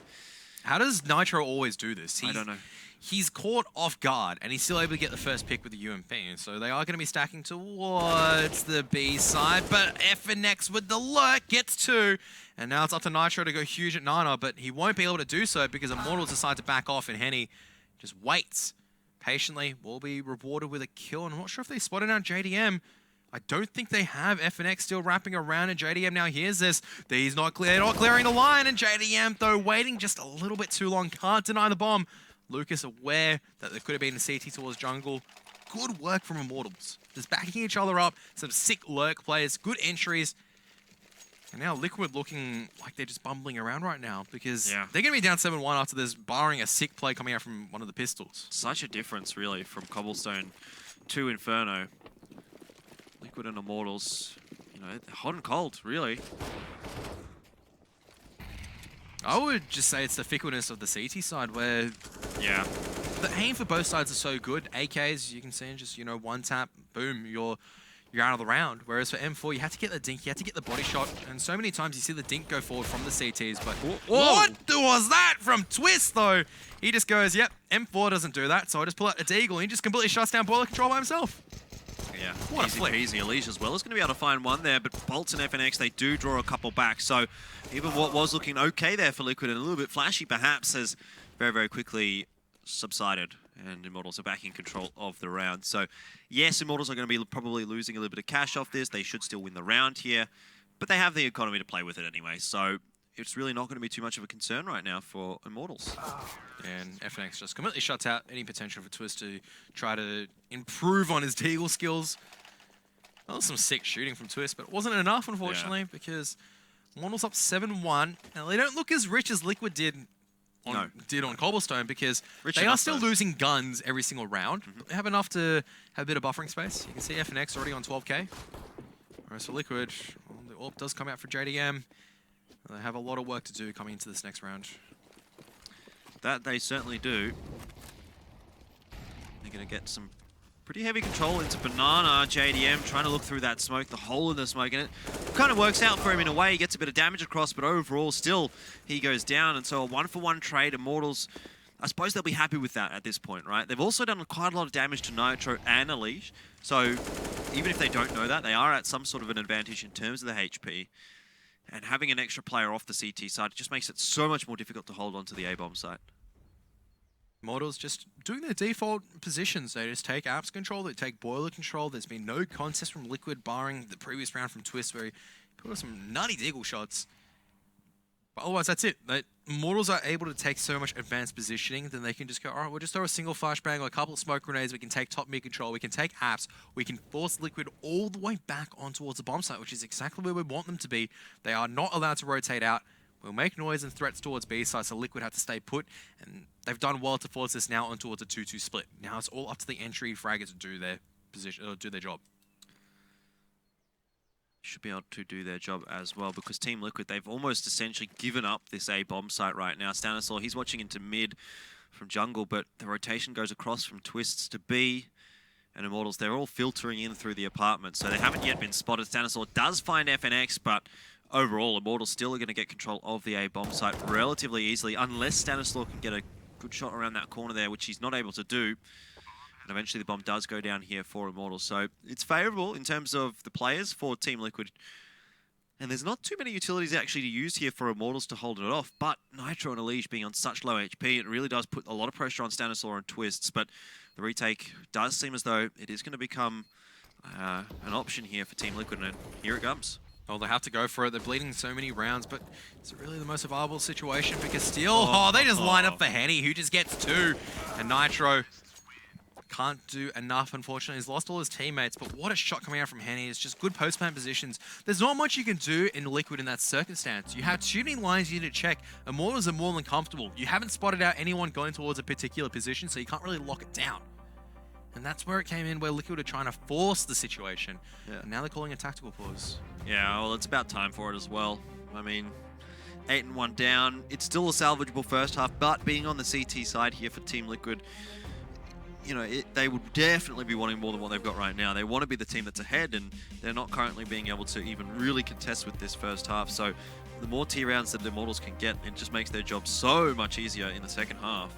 This is feeling very similar towards how Immortals played Cobblestone. We can draw a couple of parallels where, because Immortals, we couldn't really see their true T side, so there's not enough rounds to really comment on the T side. But the CT side, what they did wrong is that even though they invested resources towards the A side hold, in this case, Liquid are investing a lot of resources into the B side hold, it's not successful. All the trades go in the favor of the T side. You can see in the previous round, JDM misses the AWP shot. Sure, they get the first HE grenade kill, but the HEs just come flying over. Not only do they kill one member, they tag two members down towards 14 and 22. Elige and Nitro effectively just completely out of the round immediately. Yeah. Well, we'll find out how this is going to turn out. The first half definitely favorable right now for Immortals. It's salvageable still for Team Liquid, but that's probably the best word you're going to be able to use this to describe it. They're not going to be able to come out here and win the half. They're not going to have a good first half, but they can at least salvage some rounds here that they might be able to make use of in the second half. Maybe not this one, though, as Lucas just dropping Stanislaw. JDM, he's doing a good job from Boiler, at least, to slow things down here for Immortals. The rotations maybe have a bit more time to come across from the B-bomb site, but overall for Immortals, they've still traded favorably. They've still gotten control of the A-bomb site. The bomb will go down safely here as well. And Team Liquid, even though they've done some damage, it really doesn't matter for Immortals, who still are going to have the money to buy next round anyway. Yeah, Lucas, cheeky position on the bike. He's going to try to just find the headshot angle towards Nitro, but Nitro's locked it out with the smoke grenade. Elige has been spotted out Apps, but what a flashbang means. Elige can get the pick with the UMP. And with two members low on Immortals, this could be Liquid's round. Nitro, though, he's spotted out by Lucas, but not in time, and Henny has to go huge to the AWP. He was big with the AK-47, but now he's surrounded from all sides, whips out the CZ, gets one kill. He's just dancing around, 2 bullets left in the clip, and he gets it! He gets the headshot with the last 2 bullets. What a play coming out from Henny. I cannot believe that. Oh my goodness, Henny, he just really drives that nail even further into the coffin of Team Liquid, because that was a round that Team Liquid needed. That was the one that they could have turned this first half around, come back, made it maybe 8-6, 9-7. 8-6, 8-7, 9-6, but they're just not able to get that round win, and that was one that they needed to get, and unfortunately it doesn't go their way. So Team Liquid, they are going to have a buy through here. It's going to be a double AWP setup, but it just feels as though that was it for Immortals. And Team Liquid, I mean, if they do lose this round, this one here, then it's going to go by the wayside. At least they have the chance in this. They've made Immortals pay for that last round, but they weren't able to get it. And FNX is getting aggressive towards Diggity. What a opening kill. Twist does well to trade, but here comes another member coming out, but Twist, just too strong, gets to pick on towards Steel as well. So members are flooding on towards the A-bomb side, but they've just come in a little bit too late as the smokes do disappear, which means that JDM will be allowed a second AWP kill as well. It's up to Henny, the hero of the previous round.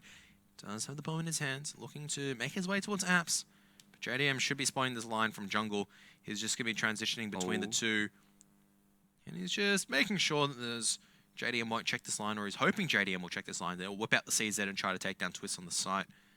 He's got a lot of time to play with, at the very least. So he can afford to hold this line for a little while, but it doesn't seem as though JDM is going to be peeking it, which would mean the player on the site is watching the line, and he is aware of that. Twist taken down. Not a great smoke from Henny there, but he's going to be allowed to plant the bomb, potentially. Trying to draw out a peek. Won't happen. And so this time he's going to commit to the plant, but still 3 players to deal with. I like that JDM has decided not to try and take that peek. It means now that it's a 3v1. Henny's going to have to go for something absolutely massive here if he's going to make it work, and that may be the start of something, JDM. Oh, it was close. It was so close. But the no-scope doesn't quite hit for Henny there, and gee. I think Henny was going for style points just there. He could have scoped it and he could have been able to take it. But regardless, that was a sick round. And Liquid, that's where, yeah, they'll have a gasp of relief that they did win that. But still, considering it was a 1-on-4 and Henny just let it go down towards a 1-on-1. He just wanted to go for the final pick. Didn't work out in his favor, unfortunately. Still feels like Immortals have the advantage, especially just look at Liquid's economy. 2 UMPs are from us. They do have a lot of utility to work with, but not the firepower to back it up, especially when Immortals will just slow this round down. They'll just go, all right, no, we'll just take it a little bit easier. We kind of tried to charge in after we got the initial pick towards Ziggity. Couldn't trade out Twists. We'll learn from our lessons, go back to what we do well. Yep, playing default. That's what worked from them so far. Oh, Stanislaw. Yeah, JDM well. gets the kill and Stanislaw cops the worst of it. What are you going to do, I suppose? Steel pushing through a smoke. Might be able to catch JDM off guard, but no, JDM, good flick coming out from the AWP. And Elige also will catch Bolts off guard, so this is looking a lot better from Liquid. They're having a small resurgence. All of a sudden, after that tactical pause from Team Liquid, they have started to hit their shots a little bit better and made things look a little bit better. But it hasn't necessarily been perfect here from Liquid. 2 very, very close rounds in a row. One that goes the way of Immortals, one that goes the way of Team Liquid.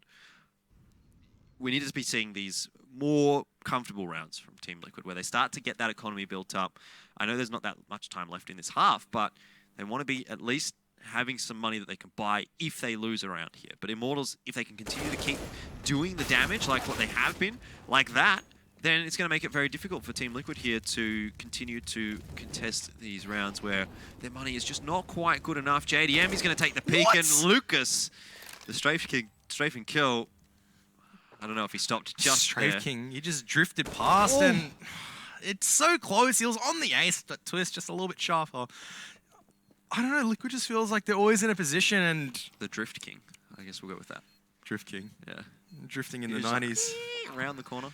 Just came around and JDM just got popped. Yeah. It was a great shot from Lucas, but unfortunately it wasn't enough. It goes again to go back to my same point there about Team Liquid. They're not getting comfortable victories in that they've only been able to take 1 gun through from the last 2 rounds. Their money, sure, it's okay, it's enough to buy here, but when they lose one of these rounds inevitably, then they're not going to be able to buy, right? Losing isn't really an inevitability at the moment. They're doing a lot of good work to get themselves that numbers advantage. Yep.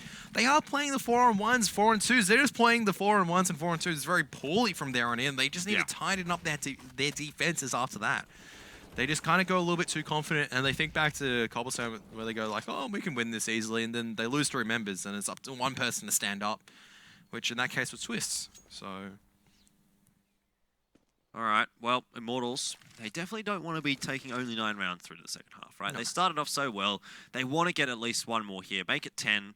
11 obviously would be perfect, but, well, 12 would be perfect. 11 would be better. I say 10, though, would be pretty decent for Immortals. As long as they can get 1 out of these last few, then they'll probably not feel too bad about it. But I think both sides will be happy with a 10-5 half. Yeah. Especially Liquid, considering that they've been really struggling in this initial part. Taking the last, I guess, 2 of the last 3 rounds would be amazing to see, but they need to start it off by taking as many guns as they can towards the next couple of rounds. As soon as they drop to the eco, it may just be it. And Immortals have taken that top mid control. They're just going to fall back. Just fake it out, go towards B side instead. And you can tell this because Immortals, normally when they signal for an A side hit, they've got that apps control. They don't have apps control this round. You're right. So that's why even though they've taken this top mid control, they'll leave F and X somewhere just to lurk behind to make sure Liquid can't get any information, and they'll just hit the B site. And Liquid have no read of what's going on until now JDM, I think, susses that something's incorrect. Yeah, the smoke's coming out onto the B-bomb site here. He's going to give things away a little bit for Immortals, and Elige opens up, taking down Bolts, but he himself is going to be traded straight away by Henny. Gets a shot through the wall onto him. Nitro, what in the world was that? There was a sick lock coming out from Nitro. Henny does fall eventually, and, well, FNX just a little bit too late for the lurk kill. He just gets 1 through the smoke and then snaps on and goes, hang on, that's not the bomb planner, he's over here. Jesus. Well, there you go. Look at Immortals' economy. It's not good enough to really force up anymore. They've dropped the last 3 rounds in a row. Liquid have been able to salvage this half, and it's now looking towards a very serviceable half. It is. Well, we'll see. I've seen teams before. I mean, Astralis and North, when they're playing in Inferno probably about a month ago now, almost. It was a 4-11 half. Right. Where the CTs were the 4 and the Ts were 11, and it just reversed. It went into overtime. Yeah. So T side, Liquid can still do the damage, and with 6 rounds, they're able just to build on a nice foundation to continue the good work that they've done towards this latter half of the CT side. Sure, it was rough at the beginning. Yep. they can bring it back. Definitely. They definitely can. It's not out of the realms of possibility right now. Immortals still trying to pressure this B bomb side of Liege, taking some bullets, but he's sending some back in the direction of his opponents. Not really too much connecting there. Stanislaw, he peeks the line. Steel not quite getting the angle correct. And Stanislaw is going to come up with the victory in that aim duel. 3 versus 5 now. And one of those 3 is Henny with only a CZ. Now, we have seen him have some good performances with that gun, but admittedly, it's not one that he would really want here. And so Immortals in a bit of a difficult spot. And it feels now as though Immortals are kind of just losing it a little bit on the T side. Kind of going in one by one, losing the aim duels. Things are not working now.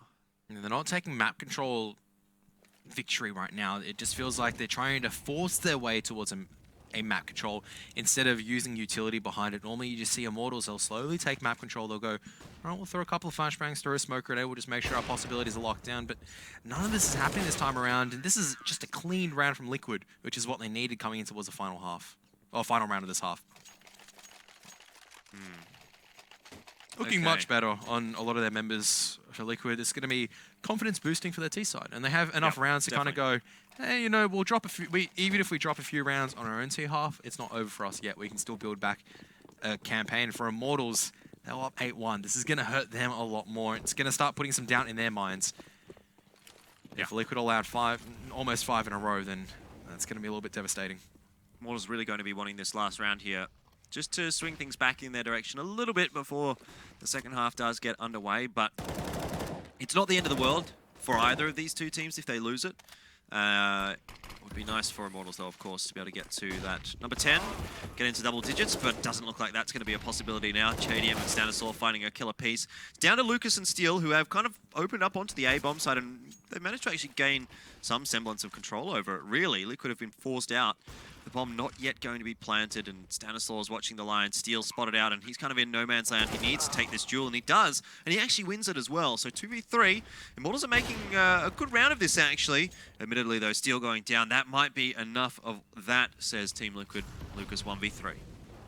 He can play around the smoke, though. He's just waiting for Liquid to peek one by one, but the grenades are flying over in his way, and he's now isolated. He wasn't able to find the one-on-one. He does manage to get one on towards Nitro, but now surrounded from a Liege, as well as one more member of Liege does manage to get the headshot at the end. So Liquid, 6-9 half.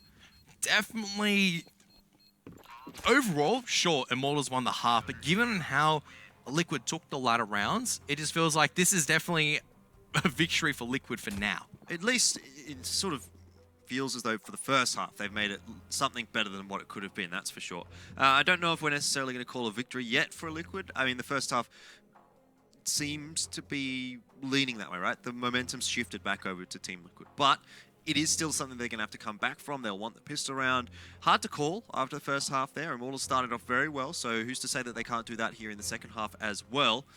9-6 though, it's a difficult ask for Team Liquid. It's not impossible, that is for sure. They just need to get off onto a good start on that T side, get the CT economy broken like what Immortals were able to do, and then hope that maybe Immortals aren't going to be able to come back into that one like they did. Yeah, for Immortals, it will just be, all right, let's win the pistol, build up our economy, make sure we don't drop any of the anti-ecos, and they'll be up 12-6, and then they'll just have to lock down the Nana line. For me, it just felt like the difference towards the end was that Nitro was able to lock down the B site, not only through the denial of the bomb plant through smoke, that was huge, and then the next round he just picks up the AWP and just completely shuts down any attempt at the B site take. We didn't see that earlier in the half from Liquid. So Immortals, they need to step it up and go, whoever's playing the B site have to go, all right, you're not allowed to the B site at all. From round number 1, the message has to be, you try taking Nana control, even just trying to take Nana, you're going to be hurt. You try coming towards top of Nana, you're dead. That needs to be a message from Immortals if they're to take this. And then they'd have to make sure they hold on to the A side as well. Well, I mean, if they can get the AWP into Henny's hands, they can just sit him by car. He can watch down that line, really make life difficult for Team Liquid, and they'll have to fight for control of Banana and then fight for control of the B bomb site after that as well. So that's if they can get the AWP into these hands, really, though, because, you know, if they do lose the pistol round here, things start going pretty poorly for Immortals. It is going to be 4 or 5 rounds before they do manage to get that AWP, and by that stage, Liquid's going to have an advantage. They're going to be ahead. I hope Immortals just eco in the second round, so even if they're on the CT side, I hope they just go, all right, let's just buy some basic pistols, maybe HE nade stack it on the back of a P250 buy, and that's it. Minimal investment, maybe just, you know, $600, $800 in the pistol rounds, which means that you can have a lot more of a purchase in the buy rounds. You don't think $700 is a lot early on, because you go, oh, you know, what's the difference between investing in armor and a pistol and just an HE and a pistol? You might as well get the army and try to get more kills, right? But the $700 means that, hang on, later on you can afford a helmet and an extra smoke grenade, which is the difference between you just get completely shredded by SMGs and that you can hold onto your bomb site for 15 seconds longer. We've seen how much damage that smoke grenades can do, especially if they're held on towards the latter half in the mid game. That's what I want to see teams start doing, or I guess these teams where it starts becoming a little bit tight to just go, all right, let's not try playing risky. Let's play let's say for the true buy rounds, let's get a true buy round on the 4th round. Not on our 6th round. We've already bled too many at that stage. On our 4th round, I want, you know, an M4, all the utility in the world to work with to completely shut down any T-side attack. All right, well, we're going to at least be able to see a little bit of a closer matchup here than what we've been seeing today. And SK did go down to Team Liquid last week in Pro League on Inferno, 16-14. It was close, but that's a pretty big win actually for Team Liquid on this map. Admittedly, they did lose to CLG a couple of weeks earlier, sort of 16-13. But overall, you know, Liquid do have some decent results on this map. So who's to say that they can't come back in here and pick up the victory over Immortals? Needs to pick up the pistol round though, just to start that ball rolling here in the second half. And more so to deny it, I think, from Immortals rather than to get it for themselves, really. Yeah, that's not how you start, though, because Lucas instantly drops down and still trying to place pressure at mid as well. Liquid just getting picks, but Bolts, that's a good shot because the bomb's actually been dropped open at mid, and Bolts is aware of Twist being a boiler, but Twist able still to get the headshot. So this is the pistol round most likely going in Liquid's favor. There's no kit for Immortals to work with. Henny's already used his HE grenade. Looks like they're actually coming back towards the B side. Henny, can he go big with a CZ? And the answer is so far, not really. It's being pressured out. There's a headshot towards Nitro. May just want to go towards the A site instead. Henny is just looking a little bit too strong with the pistol so far. And FNX on the other side needs to find this headshot. He's going to be in a world of hurt if he does not get out in time. All right, 2 versus 3. And only FNX over on the A bomb site, so he needs to win that duel and not going to be able to. Probably needed at least a couple of kills there, and this just puts so much pressure now on Henny. 1v3. Admittedly, he's got a couple of, well, they're all kind of lowish, I suppose, but they're not super low that he can just one-tap him and get the kill. He spots out Elige. No, he doesn't. Elige was in baller. I thought he was in mid. Yeah, Henny needs to check all these lines. He's just taking his time, but as time is dwindling away, he doesn't really have it on his side, and Elige does manage to find the headshot at the end and decides to pick up the CZ as well. Yeah, why not? Spoils of war for his trouble, but Liquid with a critical pistol win. And Immortals, well, they are going to force up in this round. If it works out, it's great, but I just like to see teams just go, all right, let's just play for the percentage. Let's just get pistols. Yeah. Fully buy when the scoreline's 9-9, not 9-11 where Liquid are just allowed a way back in. But Immortals, they've shown app skill in pistols, so I guess it's not as if every single pistol round has been a complete failure. They're able to get kills with the CZs, they're able to get kills with the P250s, and I don't know if you can wallbang through that Henny, but it doesn't actually do any damage. Let's see though, the B-bomb site held by 3 of the Immortals players, a crossfight in mid by 2, but no one's watching apps at this point, really. Liquid have decided they don't want to push in too hard just yet. Quite content just to sit out here, sit default, set up for a few smokes and that sort of thing on the B-bomb side. I wonder if it's going to be a fake, if they're going to just run back over to the A-bomb site, because they didn't have control of the bomb when they threw all of those smokes, and it's not really a fake, but it's not really a push either. And FNX just does damage towards Nitro as well, tags him down to 31, so Liquid, they do go back and grab the bomb, but JDM's going to be taken out by FNX through the edge of the smoke. They also know one's towards Newbox, and well, JDM loses his life without even doing anything, really. 2 smoke grenades burnt. Now they are coming up through mid. Still has to go huge with the CZ, but he can't get the kill. Bolts with the HE, though, will be able to clean up. Just needs to fall back and stay alive. The rotation is now Immortals, able to get the picks working in their favor. Liquid have seriously just fallen off a cliff with this round. Have been unable to get the picks, and they know that Twist is out on towards Balcony, and Bolts just another kill going his way, and gets the 3rd as well.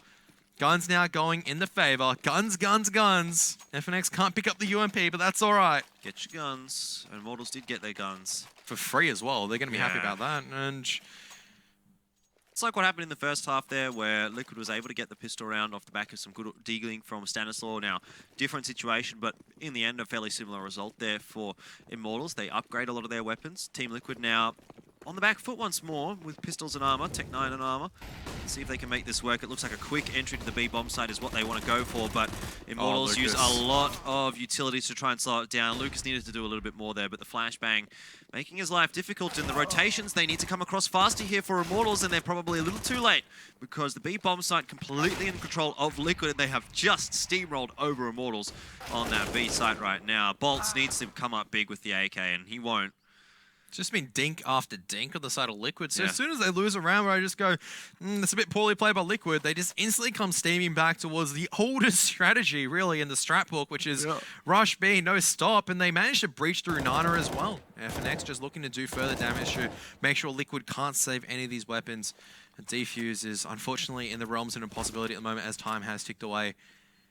And that should be all they wrote for Liquid. Sorry, for Immortals. Liquid, it's just up to them to see how many guns they can actually take down, and the answer is only UMP and a P250, so this is actually not a really good victory. A Leech, FNX just shutting this out completely. Just a P250, apparently. That's a really, I guess, poor chase from Liquid. They got a little bit too confident. Immortals force buying into this one as well. Why not? FNX is an M4. They've shown that they were able to take the victory on the pistols. They'll just have to reinforce their Nana hold a lot better. That was just really, really poor. It could have been so much better as well, but was not to be here for Immortals. So they've got a couple of rifles, a UMP and some pistols. Team Liquid for themselves have not got a full buy. A few rifles at least. Tried to get a bit of presence in Banana as well once more. Lucas just trying to push there and doesn't get anything done with the Deagle. Now Henny in a really bad spot here, holding the B-bomb site on his own. No crossfire to back him up. With only a UMP, doesn't even have any utilities to hold off these Ts. You have to think that he's not going to have a good time here. Yeah, he's just been mollied out as well. He's just sitting at the edge of the Molotov, but Nitro is aware of this fact, and Twists in the end will be able to get the kill.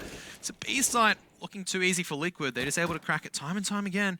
And Immortals probably just needs to back off with these 2 M4s. Yeah, definitely. This is a safe situation if I ever saw one. Be nice to have Steel as well go through with just a bit of armor, CZ, but he's a little bit more expendable than the other two.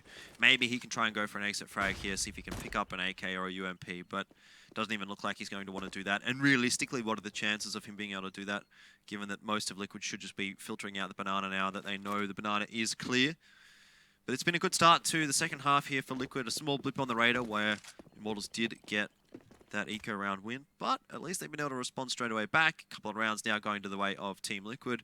They're still not going to equalize at 10 apiece, but they're slowly but surely starting to fight back. And it's working out very, very well for them. As Immortals, oh, they are still in the lead. It just doesn't feel like it though, because even though they were able to take that pistol force buy, Liquid just instantly strike back, and we're back at square one. Immortals on another eco. They do have a few rifles as well as a CZ to back it up. Liquid on the other hand though, looking solid so far, minus that minus blip on the T side. Yep. Able to take the victories quite convincingly. And looking to further compound the damage. Definitely something that they can be doing here. The smoke comes out from the CTs, so Team Liquid not going to have an easy time of pushing up through mid just yet. But it's only a bit of time before it does dissipate, and in reality, Team Liquid should be able to take some pretty quick control of this round, given they have the weapon advantage. Elise just trying to check every single angle at once. He's managed to get control of the apartments now, so there's another opportunity here for Team Liquid, or another option, I suppose, is probably a better word for that, where they can push into the A-bomb site from all directions. And Immortals really under a lot of pressure here, but Bolt's getting a boost up. Could be the key player right now for Immortals. No apps control from Team Liquid. They haven't, or deep apps control. They haven't pushed anyone far enough to kind of peek out and threaten. That's why Immortals are quite confident in playing towards quad, just pushing far up. Yeah, there's a smoke grenade, but this smoke is not going to affect Bolt. It's going to be a flashbang that forces him off. You can see he's aware of the potential. He's just darting in and out. And they are going to be slowly pushing out. There's a Molotov towards jungle side, and Bolt gets one on towards JDM. He's blinded out, but he will be able to fall back safely. Still spraying through, gets another kill. This is a great hold coming out from Immortals as they're able to get the picks, working in their favor. Now it's all up towards Nitro as the last man left standing, and still won't miss the headshot this time around. And Immortals now starting to, I guess, claw round after round. That was on the back of guns saved. That's not great from Team Liquid, because that was definitely a round which they really needed to win. not really needed to win, but the round that they definitely were in a position to win, given the buys that came out there. But that's just how Counter-Strike is at the moment, isn't it, really? No round is safe, and Team Liquid not quite safe just yet. Nor is Immortals, though. 11 rounds to the 9 of Liquid. It's still very, very close, still hanging in the balance, and really hard to say who's actually going to come away with the win on this map, because it has been so backwards and forwards. Yeah, Immortals need to take this one and probably the next one before they're in a comfortable position where they go, all right, we can start playing a little bit looser. Right now, it's just they have to play discipline, because as soon as Immortals lose a single round, it does drop them on towards a poor economical situation. Where they go, all right, do we force up? Do we make a risky play, or do we just go for it? We're now taking control of apartments. FNX playing close with the M4. But a UMP at this range. FNX is aware now that there is one very, very close towards him, but will the pre-fire go in his direction? No, FNX times the push perfectly and takes down Twist. Yeah, great stuff from FNX there. Good game sense. And now Team Liquid at a player deficit. The grenade's starting to come into mid as well, doing a bit of damage to Elige, who's dropped down to 36. Stanislaw gets dropped. Nitro's pretty low as well. And finally an entry does come out for Team Liquid, but it's at the cost of Elige as well. So a 1-for-1, not great when you're at a player disadvantage. Now 3 versus 3 as Nitro does clean up Steel, but the HP available here for Team Liquid is just nowhere near what they need right now. And he's been spotted out of there as well. So Team Liquid going to have to push into this B bomb site. They don't have time to go back to A, but the information is already there for Immortals, and the rotation very, very quick across. It's an impossible round from Immortals. Yeah, Stanislaw needs to go huge, and he can't, unfortunately. He's already tagged down to lone. Immortals, a crucial round, and that's just really the difference at the moment. They're able to hold on towards top mid. After they're just able to go, all right, we're taking control of top mid. Notice the difference when Liquid was playing the CT side. They never took control of top mid until towards the end, where they just go, all right, we're a little bit more confident now. They're always playing, all right, let's play far back towards pit, on site. Yep. Immortals, they're playing aggressive carps. FNX is just going, yeah, I'm taking the fight towards you guys.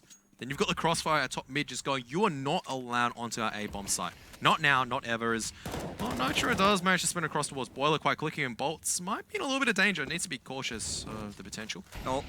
Misses the zero grenade. That's going to give Nitro a possibility of peeking out from Boiler. He's decided not to go for it. And Liquid, obviously, just with the pistols here, it's hard for them in this round, really. They need to make some sort of a rolling death ball work. And they did do that once, but that was over to B site. They did have Tech 9s and P250s and armor as well. Yeah, more importantly, I suppose. Bolts goes 1-for-1, which is not great for him, but still, he does a bit of damage over to a few more. Team Liquid still trading okay, but they're very, very low on HP. Yeah, Henny, Henny, I've seen him in these positions before. He's got a 5-7 this time, but he doesn't need to see that because he gets another one, but can't get the kill towards JDM. But his teammates are here now, and JDM with the AWP can't make an impact. Henny did enough. Good plays from Henny, though. He's been solid in this game. You know, it was quiet on Cobblestone. It's hard to play the CT AWP sometimes on Cobblestone, where you kind of go 1-for-1 on the B site, you get the pick, and then unfortunately position at Chicken is revealed. And a pause does come through, so this might be a tactical pause from Liquid. Could be a technical pause as well. I've seen technical pauses from both sides, but Immortals now... attack pause from Liquid. There's attack pause from Liquid. Well, Immortals though, now with the advantage with... It's another buy round for Liquid, but no AWP for JDM to use. A site's not working because of how Immortals just playing the map overall. Yeah. It's now or never, really, for Team Liquid. This is pretty much the last chance that they had for a tactical pause that was actually going to make any sort of meaningful impact. So I'm glad to see that they've taken it. But Immortals, in the last few rounds, they have looked pretty decent. I mean, it hasn't been like they've been rolling over Team Liquid, but they've been winning the rounds comfortably enough. So far, they have been really on their CT side. It's clear as difference, really, on how Immortals play Inferno, and that's why Liquid are kind of suffering right now. All right, Henny's going to take a peek down Banana. Won't spot anyone out. But perhaps this peek into mid here, if Immortals do decide to go for it, could be something. No, Bolt's backing off. Thought he might go up into mid, but in fact, he was actually having a look into Boiler. Now he'll peek mid. Nitro drops him relatively low, and Bolts now will have to sort of hightail it out of there, but nice crossfire from Steel, baiting out the first player. Stanislaw goes down. So Immortals again with an advantageous position. Notice that Immortals, they play aggressive towards the A site to try to funnel it back towards the B site, force Liquid to use utility towards Nana after initial pressure. And still just doing further damage. He's not really isolated out of the position right now. He's got so much utility to work with. And Mortals now, after doing the damage, then fall back towards A side. And they go, it doesn't matter if Liquid rotate at this stage. They don't care. They just go, all right, they've had to struggle to get to this top B control. And they still can't get it towards our A bomb site. Yeah. We know there's no potential of a wrap. We know there's no potential. Just careful B side. And look where players on Mortals are sitting on the B side. Lucas sitting all the way back Coffins. Henny just at New Box. They know a lot of Liquid's early utilities being burned out. And they're not too scared. Clearly. 30 seconds left on the clock here for Team Liquid as well. They're going to be walking up the banana, but they do not have much time really to play with. And I think that I saw a few of those Immortals players starting to rotate already over from the A-bomb site just before that Smooth came across. And so, yeah, we've got 3 on the B-bomb site now. FNX spots out 1. He does go down, gets a kill for himself, though, so overall pretty decent. Gets the information. That's what's important. Elige, though, doing a nice job on the entries, but they don't know about bolts coming around from the back. Dropping the bomb carrier as well. There's 6 seconds left here. It's not possible. Surely not possible for Elige to win this, and Steel knows that. Just plays the time well, and Elige is going to try and save his gun through to the next round. But that's another important round for Immortals, puts them at 14. The buy is going to be there for the CTs, but, you know, they lose a lot of guns, again. So there's opportunities for Liquid if they can win these rounds, but the problem is they're not winning the rounds. And they can't, because Immortals just take this aggressive control. And you saw in the round just before the Smooth, where they just instantly push, where Bolts just go, all right, we've done the initial damage. Hey, there's nothing mid. They're going B. So they knew exactly what was going on, and I'm not sure if that peek actually spotted anything, but Henny is going to be smoked off, blinded out, and Molotov's being flung his direction. So he's going to be locked out of a Nana line. Okay, as soon as I say he's locked out of a Nana line, I think he might have just glimpsed through the edge of his smoke and was able to pick off Stanislaw. Perhaps. I don't know if there's a glimpse through the smoke there, to be honest. But Lucas, he goes 1 for 1. Henny's doing a good job there with the AWP. He's already got 2 in this round. Definitely a possibility to get 3. Tries to jump around the corner, but not quite going to be able to do that. Still player advantage right now for Immortals. Another one wrapping around from behind. Bolts gets 2 actually with the UMP. That's a very extended spray down, but he makes it work. And Immortals put 15 on the scoreboard. Team Liquid will have a bye here, but they'll be missing a couple of AKs. Well, they'll be missing a lot of AKs even. There'll be UMPs, maybe AKs with no head armor. A Galil. Don't really like the Galil, but that's really... Okay, yeah, 3 AKs, no head armor, Elige, Stanislaw. It's not great. Look how confident Steel's posted. He just goes, he's sitting in the middle of the open and just going, all right. Does lose 1 member finally, but FNX. There's a push in Banana as well here from Lucas, so he's getting information, knows that there's no one in Banana. That means the A players are ready for this assault from Team Liquid. You can see them answering it well, now bringing it back to an advantageous position for Immortals, despite the fact that Liquid started off with an initial pick. 4 versus 3, and Team Liquid, they just haven't found a way in at all on this T side so far. Really, and Immortals have just shut them out. And Bolt's now looking to go aggressive once again with the M4. Crawling closer towards Boiler. There is a member there. It's going to be Nitro with the AK-47. He does have hand armor and pushes through. Gets the first entry kill on towards the A side. So still back down on towards a relatively equal standing. And every single 1-for-1 that Liquid take, it's advantageous for them. Oh, I thought that hit. Yeah, almost thought Steel got the flick, but... deciding which angle to look through. He actually gets Nitro as he's trying to cross through the edge of the smoke. What a timing shot coming out from Steel. But a double AWP retake. Not anymore. Not anymore. Steel, it'll switch it out. It's definitely doable here. Steel and Lucas going to be pushing their way forward. They're split up, so Elige can find a couple of 1v1s if he plays this one correctly, peeking around through the smoke. But then again, so is Lucas, and Lucas gets the shot across. So that will be the round. Immortals getting the win. 16-9 on map number 2 once this bomb does get defused. So it was a great performance from Team Liquid in map 1, but in map 2, they just didn't quite have enough. So they get a 1 apiece. Immortals will be happy with that, at least. Yeah, this is definitely a victory for Immortals as opposed towards Liquid coming in towards the final few matches. And it was just a tale of how the CT side was played. It wasn't... T side, I think Liquid were a little bit quieter, but that was also because Immortals were a lot more confident. You could see that they were taking the aim deals, catching Liquid off by surprise, and Liquid were never allowed a reprieve anyway. They think, all right, Twist goes, all right, I can take Apps control. No, FNS just peeks out and he's dead. Yeah, they try to take top mid. No, just gets taken out through a boost through the top of quad, and there's not much that you can really do unless you get those shots through. There were some nice clutches there as well, particularly from Henny, the 1v2 that he got with only the CZ. 2 bullets. Like, I didn't even think that one was going to go anywhere near his way, and then he pulls it off. And then the next round, I think it was that he managed to hold off the A-bomb site long enough for the rotators to come across from B. So some good individual performances there from Immortals as well. And yeah, they definitely did look like the better team on Inferno. But Cobblestone very, very clearly one-sided for Liquid. So you have to feel there for Liquid because they started off so well. They had a chance there on Inferno as well. It's a map that they've been playing recently. They beat SK on it, but they're not able to beat Immortals on it. So a little unfortunate there for Team Liquid, but it doesn't mean they're out, obviously. They're still quite far up towards the top of the standings at the moment. And, you know, even despite having only that 1-1 today, they're in with a chance of making their way through to finals regardless. Cloud9 look like they're coming back into map number 2 with a bit of revenge, I suppose. 13-2 lead. Yeah, that's pretty dominating. Casual. Don't think it will be a comeback from here. No, you would think not. Not on Inferno. But overall for us today, we had a pretty quick one, really. 16-3 for Winterfox and Optic going the way of Optic, then 16-0 going the way of Optic, and another 16-3, and then we just had a 16-9, which in itself is not a hugely long game. It was a well-fought game, though. I think was. both sides did step it up towards particular points, but unfortunately Liquid just couldn't sustain the fire, and they fell a little bit flat on their own T side. Weren't able to get a few picks.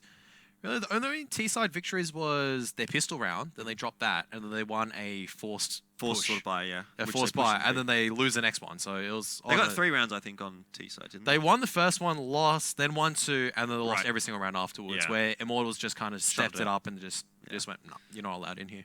Basically, so it was a little bit backwards and forwards for a moment there, but once Immortals got that ball going, or the ball rolling, really, then things obviously started to steamroll in their favor. And that was always the worry, I suppose. If Team Liquid had have let something slip in Cobblestone, there was a chance that Immortals were going to be able to do the same thing, but they didn't let something slip in Cobblestone. They did, though, on Inferno, so which a little unfortunate there for Team Liquid, but we'll have a look at the standings here and see that they are still not in a terrible position, sitting in number 4. So, look, you can't really complain about that one.